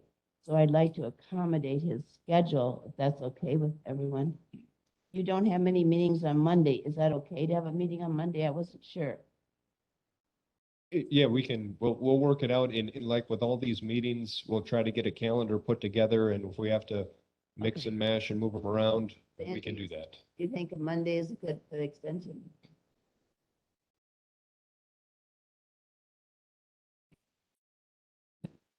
So we'll adjourn to May 10th at 1:15 for the Education Committee and find out that everybody's okay with that.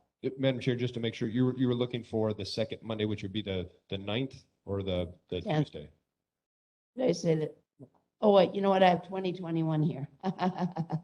No wonder. Yeah, the 9th. Sorry about that. It's all good. So moved.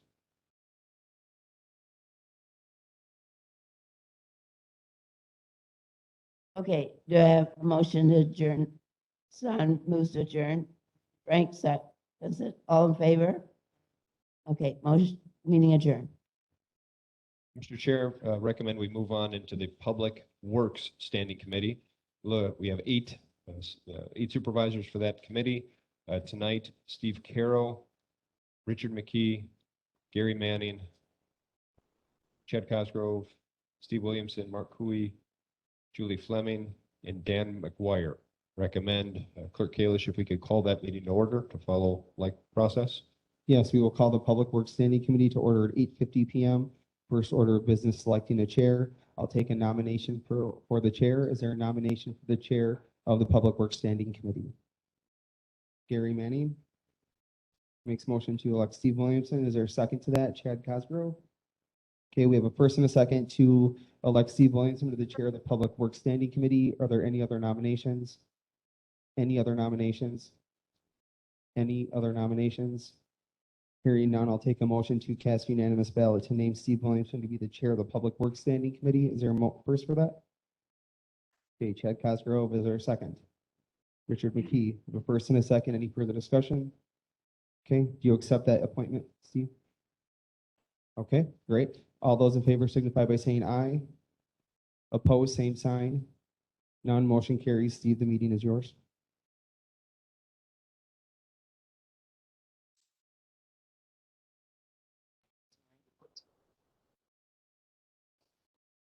Richard, do you have any? You need to use your mic, Steve.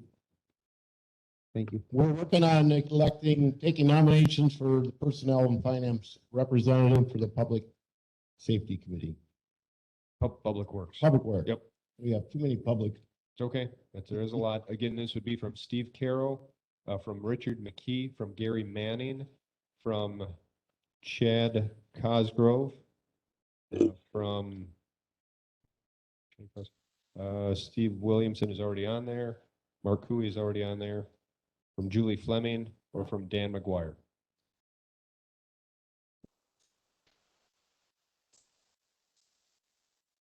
Looking for nominations for the Personnel and Finance Committee. Mr. Cooley nominates Chad Cosgrove. Is there a second? Mr. Manning seconds it. Any further nominations?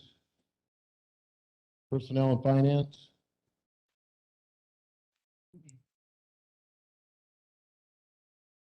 Nobody else? Mr. Cosgrove, are you interested?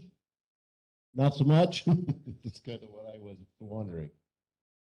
Mr. Cosgrove would like to decline the nomination. Anybody else? I'm still looking for a nomination for the Personnel and Finance Committee.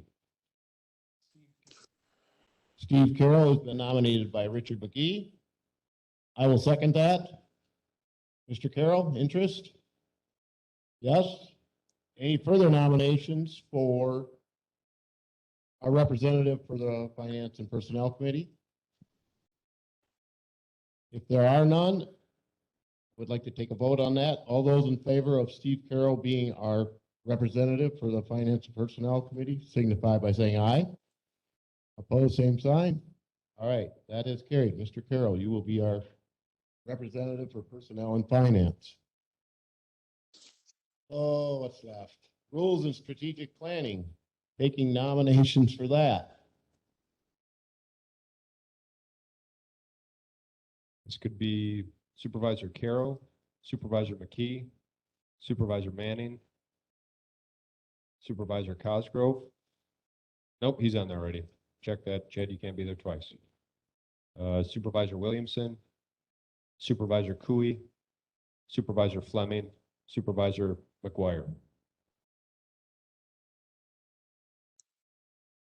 Looking for nominations for the Rules and Strategic Planning Committee.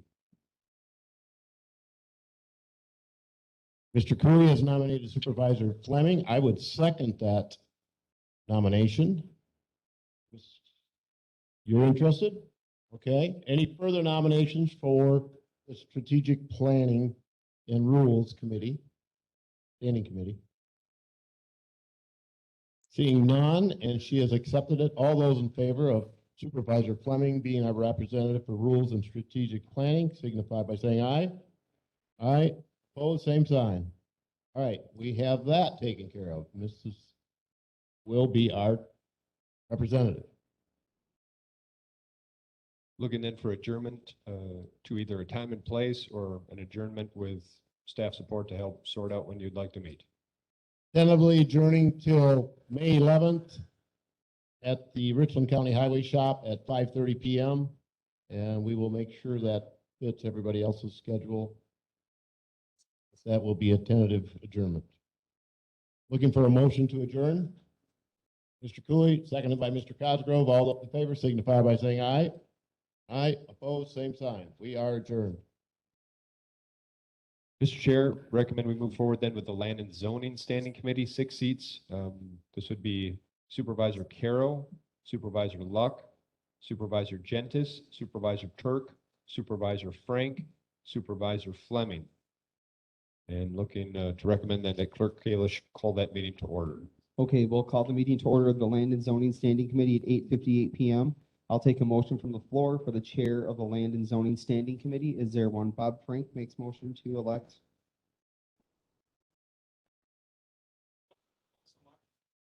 The motion was for Melissa Luck.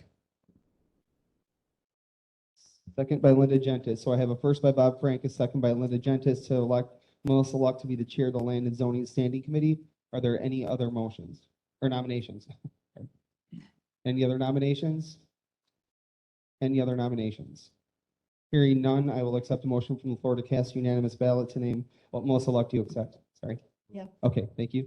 I'll take a motion from the floor to cast unanimous ballot to name and elect Melissa Luck to be the chair of the Land and Zoning Standing Committee. Is there a first? So moved. Bob Frank, a second by Dave Turk. Any other discussion?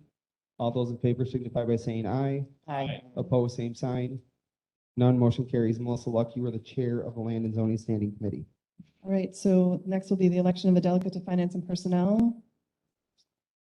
Do you want to say who's eligible, Mr. Langrig? Again. Supervisor Gentis. Supervisor Turk. Supervisor Frank. Supervisor Fleming. Those would be eligible.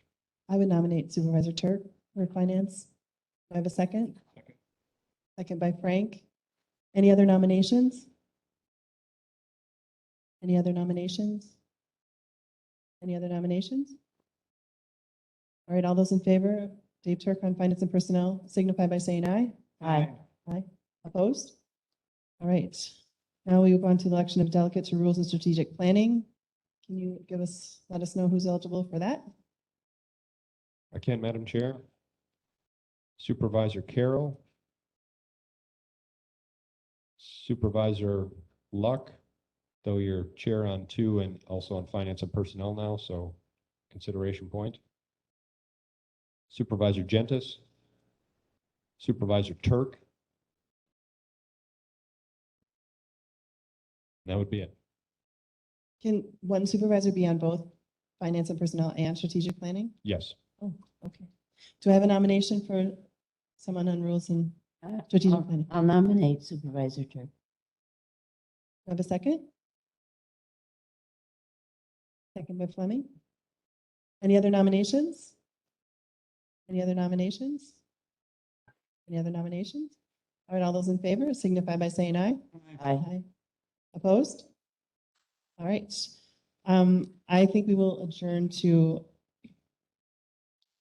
oh, that's right. Zoning had to set the meeting. Yeah, okay, so it's, all right, so it needs to be set for what date? Do you know the date? First Monday. At 9 a.m.? 3. 3 p.m.? Okay, So so it'd we be are adjourning to May 2nd, at 3 3 p.m. p.m. and location to be determined. I'm assuming county boardroom. Yeah, I I'm think that's assuming the way county they posted. And the reason that that one's kind of forceful is we had to do a 2-week notice on some of the, or 3-week, thank you, Kathy, 3-week notice on some of the ordinance zoning stuff, adjustments. right. So, yes. Okay, all right. All those in favor? Oh, do I have a motion to adjourn? No, we need a Yes. motion. There we go. Motion to adjourn. Have a second? Second by Turk. All those in favor signify by saying aye. Aye. Opposed? All right, we're adjourned. Mr. Chair, recommend then we finish our final standing committee here tonight, 4 supervisors and our citizen members that are present, and thank you for our citizen members, for all of you that have joined us here tonight. This will be for Supervisor Manning, Supervisor Gotchel, Supervisor Rudersdorf, Supervisor Severson, and then our citizen members of Campbell, Deaver, Guld, Simmendahl, Collins, and Chicker. Recommend Clerk Kalish bring the meeting to order. Okay, so we will call the meeting to order for the Fair Recycling and Park Standing Committee, 9 p.m. tonight. I'll take a first from the floor to elect the chair of the Fair Recycling and Park Standing Committee. Is there a first from the floor to elect that position? Cindy Chicker?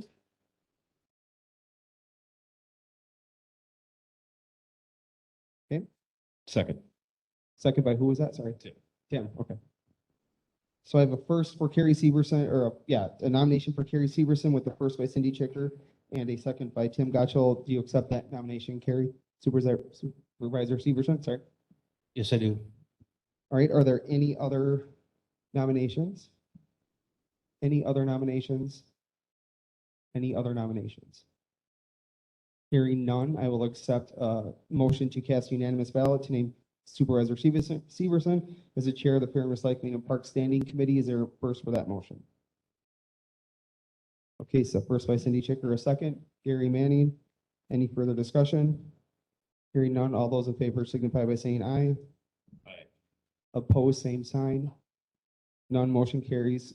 Motion carries. Motion carries. Carrie Severson, you are the chair for the Fair Recycling and Park Standing Committee. Thank you, Clerk Kalish. Okay, Fair and Recycling members, we now are going to be selecting a delegate to the Finance and Personnel Committee. Right now, I will open the floor to nominations to Finance and Personnel Committee.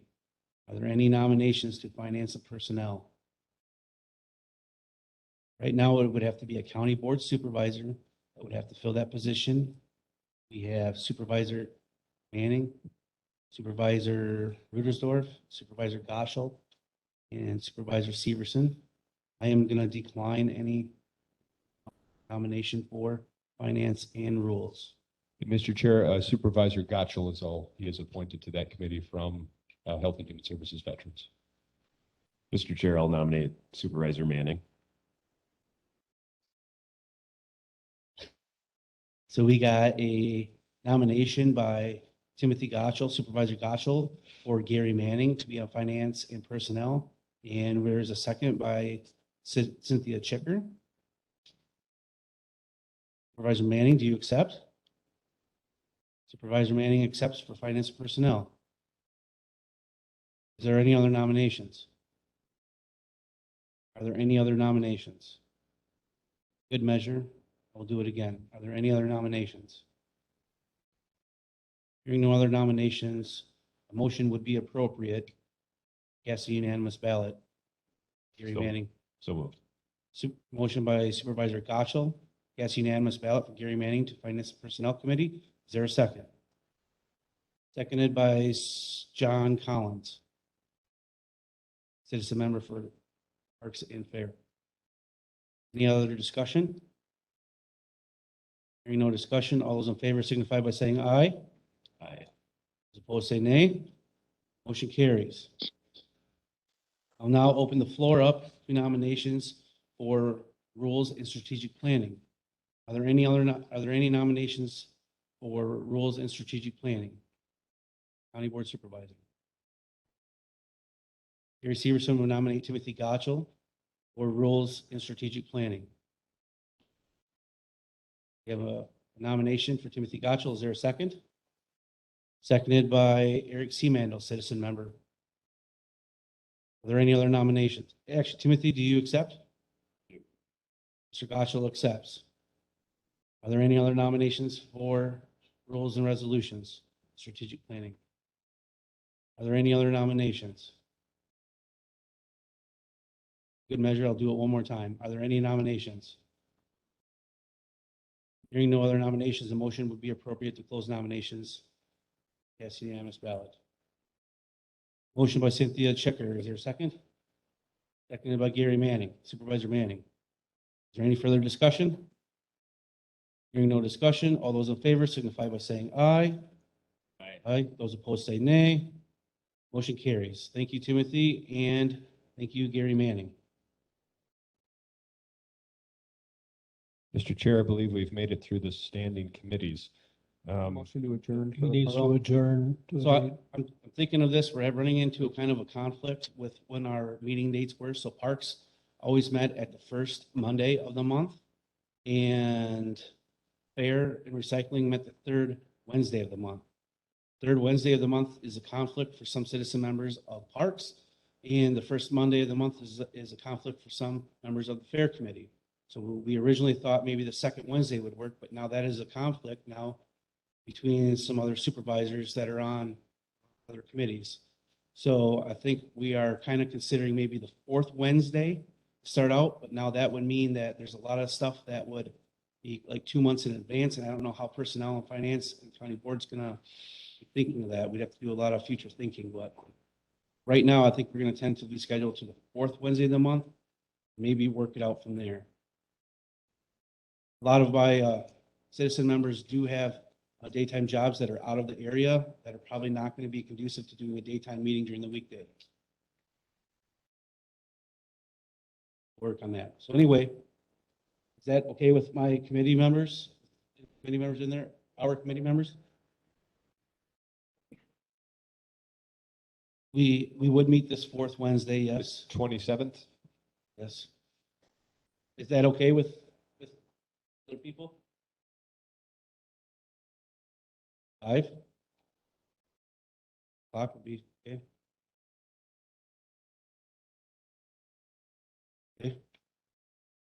So we're meeting 27th at Wednesday, the 27th at 5 PM.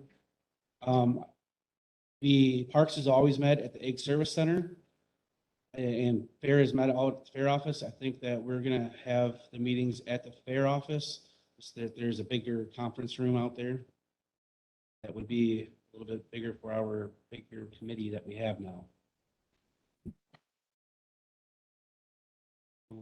So now that we got the date scheduled, the motion would be appropriate to close the meeting until next Wednesday. Motion by John Collins, second, Scott Galt seconded. All those in favor signify by saying aye. Aye. Those opposed say nay. Motion carries. We are adjourned. Mr. Chair. Thank you.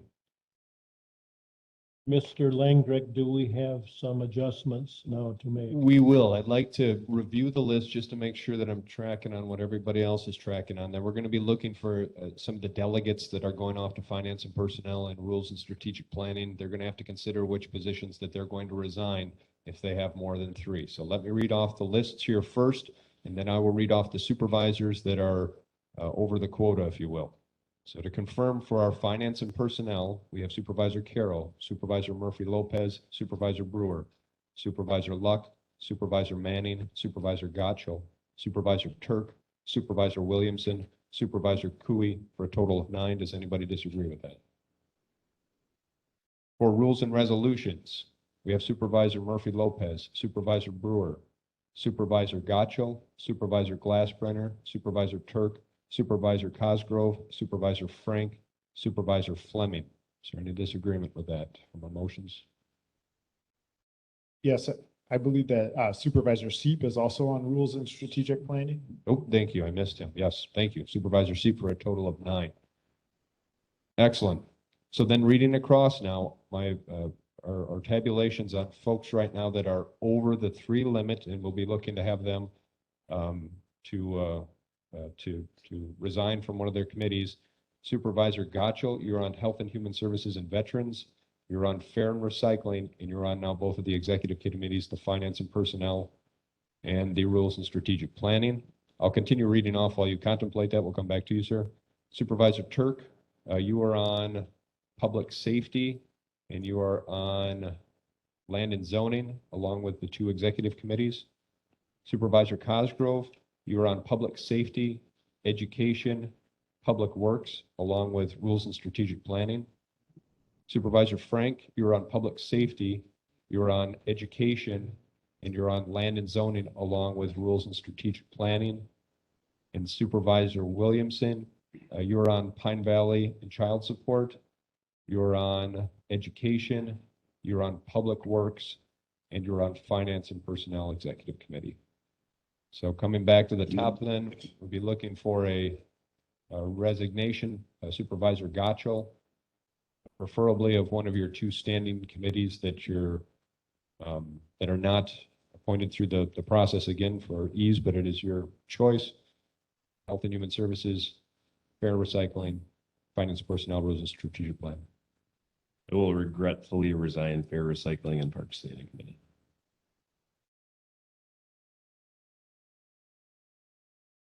Mr. Chair, I have a question. Yes.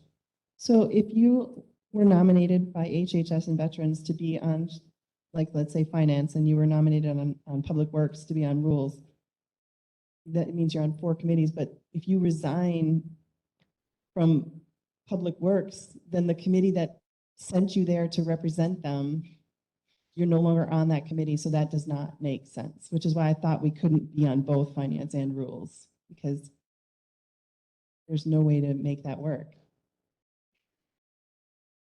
Am I the only one seeing that? Yeah, Okay. So I mean, I don't think we want someone on Finance if our purpose was to have a representative from every standing committee on Finance. And if they have to resign from one of their other standing committees, then they will no longer be on the committee that sent them there. So we have to do something different. They can only resign from committee that did not send them to Finance or sent them to Rules.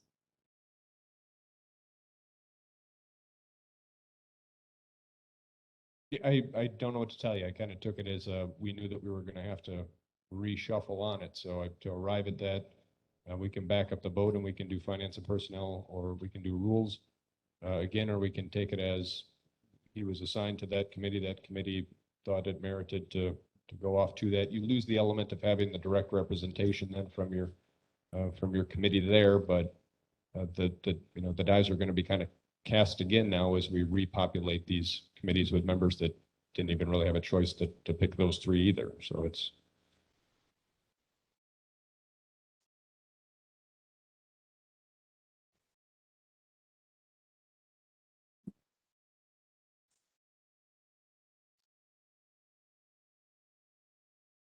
The seats would be filled.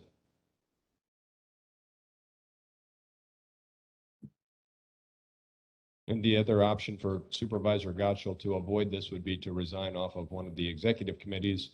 You'd have to come back around then. It'll, your next meeting perhaps, and you can then decide if you want a different candidate to go. Mr. Chair, I'm willing to do that if that's the rule. Is that the rule? Yeah, the representation piece would be lost if you're, they put you on there, but at the same time, we have the rule of only having 3 without specifying that it has to be 16 individuals that cannot cross over to the 2 different executive committees. I don't know how else you would avoid that. Okay, in an exercise of good faith, then I will rescind my previous resignation and I will resign from the Rules and Strategic Planning Committee.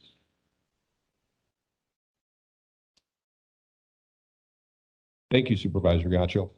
Supervisor Turk, you're going to be in a situation where Land and Zoning appointed you to both. You're on Finance and Personnel and Rules and Strategic Planning. If trying to follow the same premise of not losing the representation, then recommend then at that point, then you're resigning from Public Safety. I would respectfully submit my resignation from Rules and Strategic Planning. Thank you, Supervisor Turk. Supervisor Cosgrove, you are on Rules and Strategic Planning as representing education. And in that token, then recommend resignation from Public Safety or from Public Works. Supervisor Cosgrove.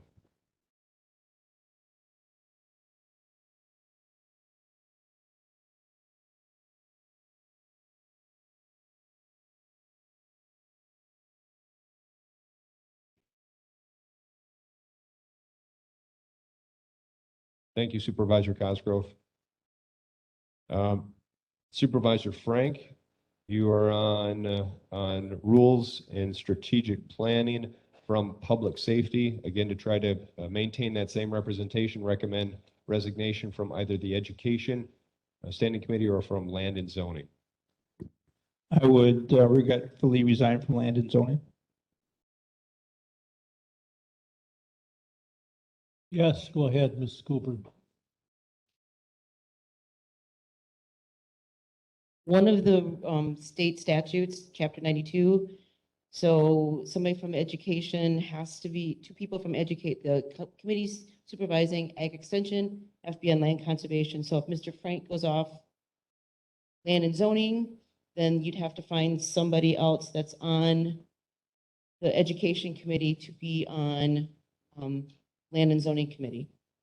It's a good catch. That puts you then at a Violating state statutes. We don't want to do that.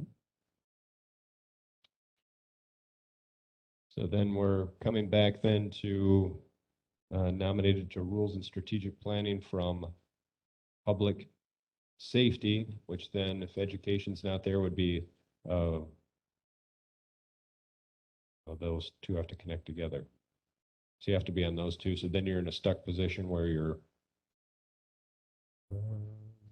All stuck. you're stuck because you're difficult. You always make things difficult for me, Bob. That's the problem. Lucky you. Okay. Move on and take a look. Okay, we'll come back to you, sir. Apologize. See if you can think your way out of that one. We are at Supervisor Williamson, you're elected to Pine Valley. And you are on Education, Public Works, and then on Finance and Personnel. So looking, and you're representing Finance and Personnel from Pine Valley. And you're also chairing Public Works, though. So at that point, recommend that land and zoning be your consideration.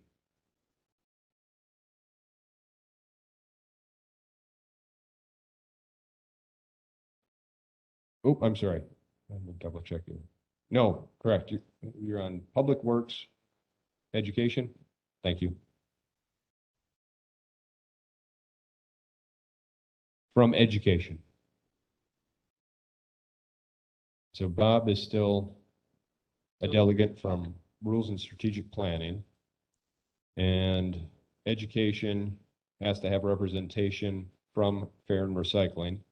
So is there anybody else that does both of those? Or if you resign off, we can open up Fair and if you want to resign from Education, I'm sorry, from Fair and Recycle, or from Land and Zoning, we can redelegate through the chair to have somebody reappointed then from Education over into that committee. Let's do that.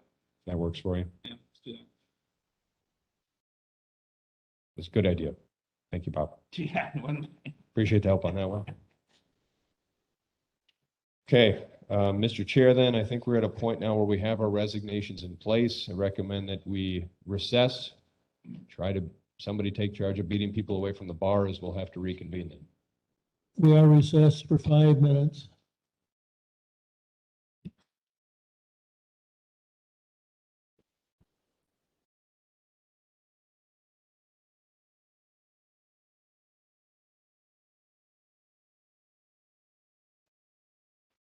All right. We're reconvening. We had to make some adjustments in the appointments, and Mr. Langreck will cover those right now.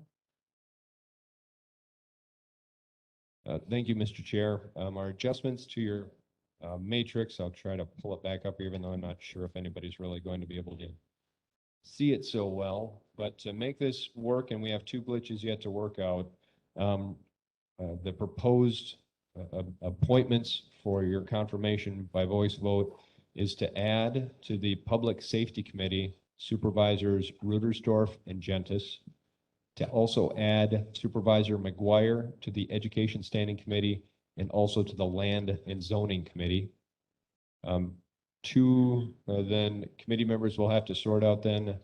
We have Supervisors McKee and Supervisors Renish. You currently only have 2 assignments. And we need, we'll need representation from Fair and Recycling to the Rules and Strategic Planning. And then we still need to fill a Pine Valley and Child Support. So to make the rest of those 2 puzzle pieces fit with the Rules and Strategic Planning delegate position, trying to uphold that and to fit it with the other two members, and also have Pine Valley slot filled. We'll take some massaging after the meeting, but at this point recommend these for recommendation, Mr. Chair. Thank you. You've heard the recommendations. What's your pleasure? Mr. Williamson makes the motion to approve, seconded by Mr. Frank. All those in favor signify by saying aye. Aye. You better not vote opposed on this. So. Okay, we got it. Number 11, Mr. Kalish. Agenda item 11. All right, this will be resolution number 22-34.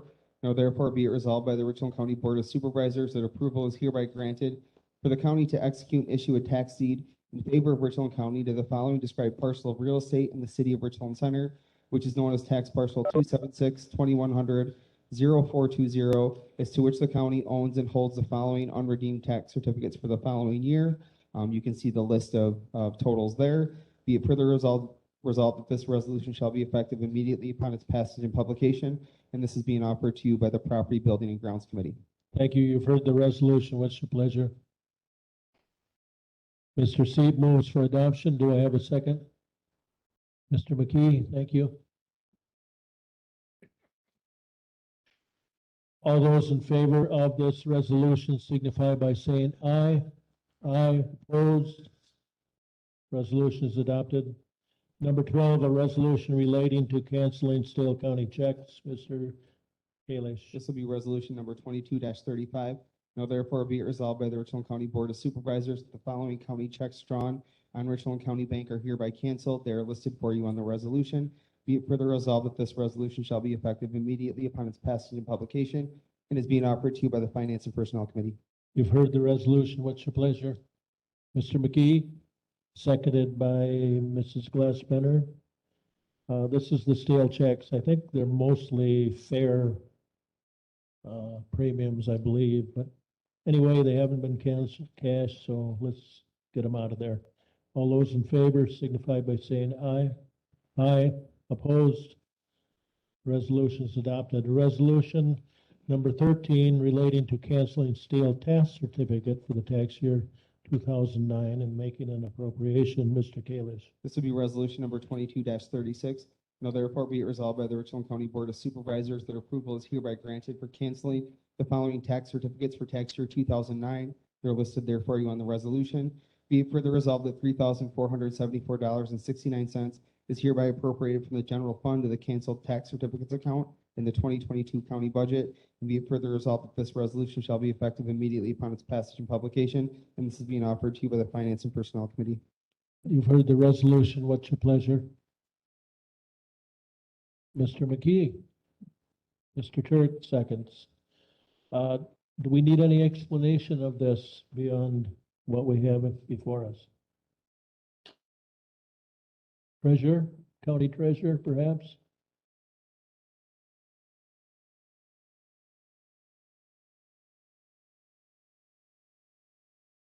County treasurer, even, please.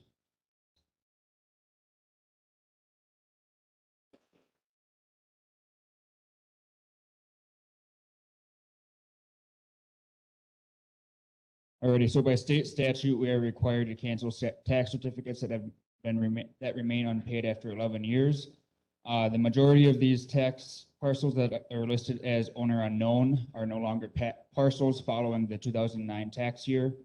The remainder are considered contaminated properties, which the county has elected to not take tax deed action on in the past historically.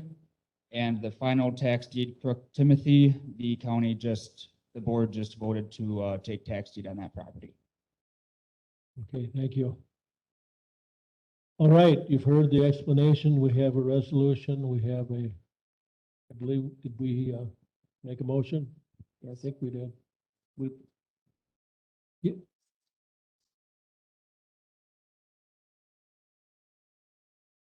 Oh, sounds like an oops. Can we handle it as a typo, please? Julie, do you not have an updated resolution? We have a typo and we're going to correct it. All right, did we have a motion and a second? We did. All those in favor of the resolution signify by saying aye. Aye. Opposed? We have a resolution adopted. All right, number 14, a resolution approving selection of a general contractor for remodeling of the emergency services facility. Mr. Kalish. Resolution number 22-37. Now therefore be it resolved by the Richland County Board of Supervisors that approval is hereby granted for a public works project consisting of remodeling the emergency services facility to house the county's emergency services program. And be it further resolved that the bid submitted by Joe Daniels Construction Company, Inc., which is determined by the Joint Ambulance Committee is to be the lowest responsive and responsible bidder, is hereby accepted and approved, and that the contract for the remodeling of emergency services is hereby awarded to Joe Daniels Construction Company, Inc. Be it further resolved, the funds to pay for these services shall come from Capital Project Fund 75. Be it further resolved that should the cost of the projects exceed the project allotment in the Capital Project Fund 75, the additional cost shall be paid by the Ambulance Fund 51. And be it further resolved, this resolution shall be effective immediately upon its passage and publication. And this is being offered to you by the Joint Ambulance Committee. You've heard this resolution. What's your pleasure? Carrie Severson moves for approval. Carrie moves for approval. Mr. McGuire seconds. Oh. Mr. Manning seconds. And what was the number, please? You mean the dollar amount or what?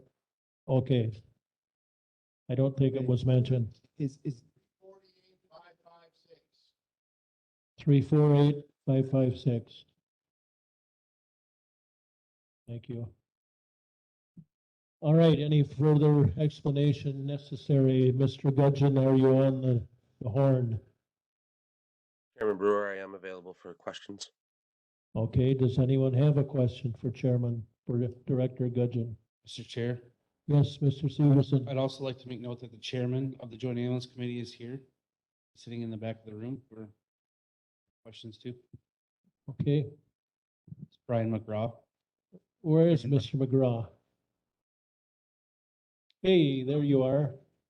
There you are, nice hat. Do you have any comments, Brian, for us tonight? Grab a mic. Don't be shy.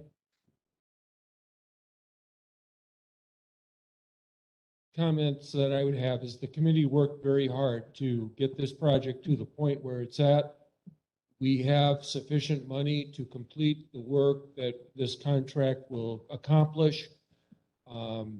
It's fair to say that it doesn't do everything that we had hoped, but it will get us into that building. It will be entirely usable, and the additional things that we will need to do, we will accomplish over time with funds that we generate from the ambulance facility. Thank you. That's a nice explanation. Does anyone else have an additional question? If not, I'm going to call for a question. Yes.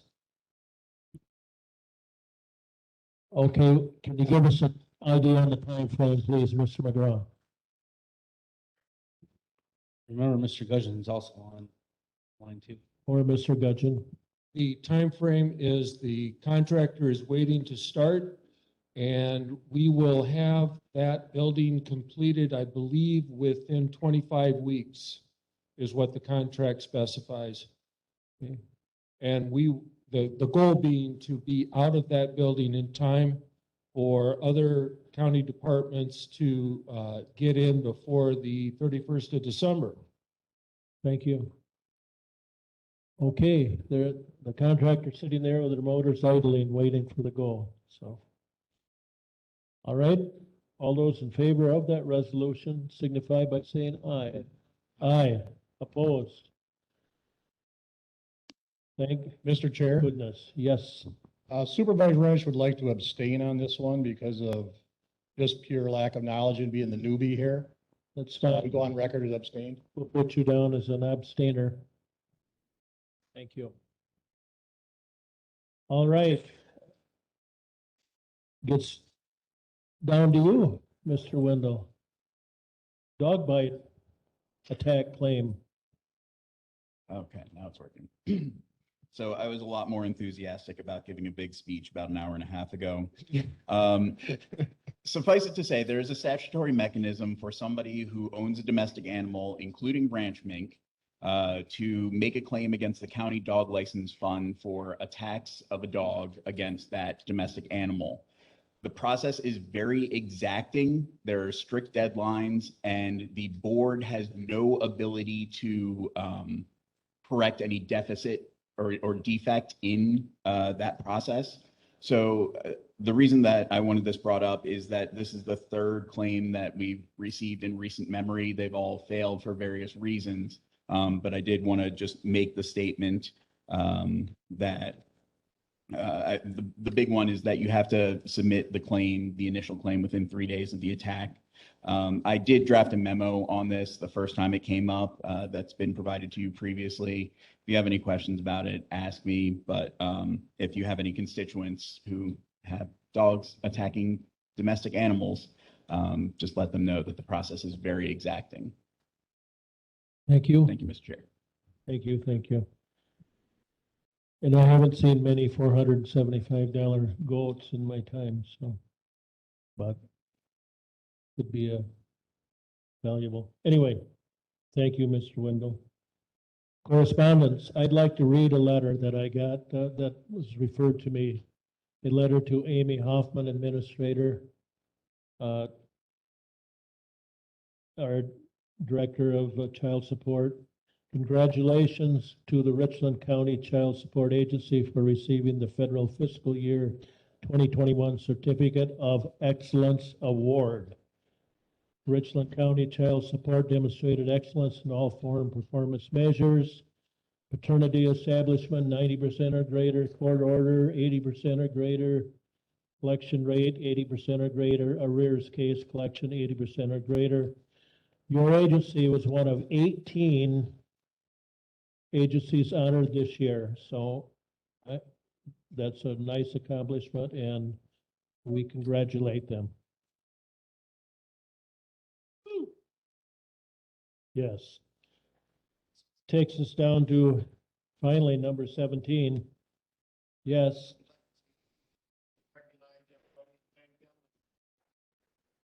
Yes.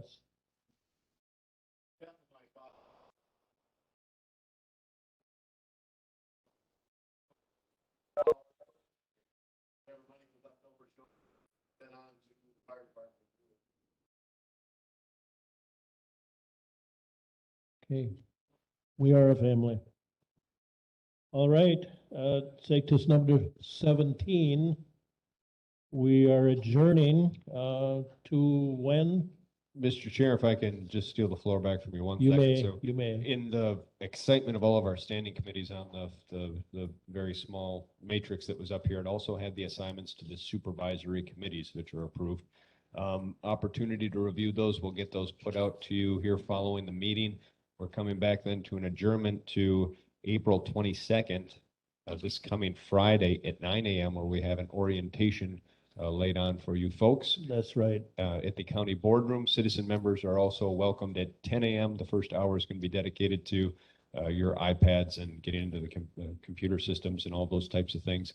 We'll get into financials and strategic plannings and missions of departments, etc. It's going to be drinking from a fire hose. It'll be very intense. It's not going to make you experts, but it at least is going to get you familiar with the sandbox we're playing with and hopefully get you matched up with faces on, if you have questions, the best folks to ask. Okay, once again, the date and time is? April 22nd, this Friday, 9 a.m. at the county board. 9 a.m. at the county boardroom training. Ask for Cheryl. Mr. Severson. You done, Mr.? Yes, thank you. Mr. Chairman, I would encourage my colleagues tonight, take time and review the number 16 in our county board packet, but it's the radio project, frequently asked questions. I would encourage every supervisor to strongly comb through that document, study it, and research it. This is probably one of the most significant votes that you will be voting on while on county board. Right. And this is a very important issue to your constituents. Also, that is out there. So I would encourage you to take time and be educated. Thank you, Mr. Severson. If I could quickly add a comment on to Supervisor Severson's, we do have it available on the website as well. Materials and discussion points from LAGC you can find on there to further educate. May I inquire as to who put together that Q&A? Supervisor Luck. That absolutely excellent, Melissa. That was one of the best explanations that I've read. So very, very good. So thank you. Yes, read that. Now I'll entertain a motion to adjourn. Mrs. Glassbrenner, got a newborn at home. You got to get there. Mr. Frank, seconds. All those in favor? Aye. Aye. Thank you.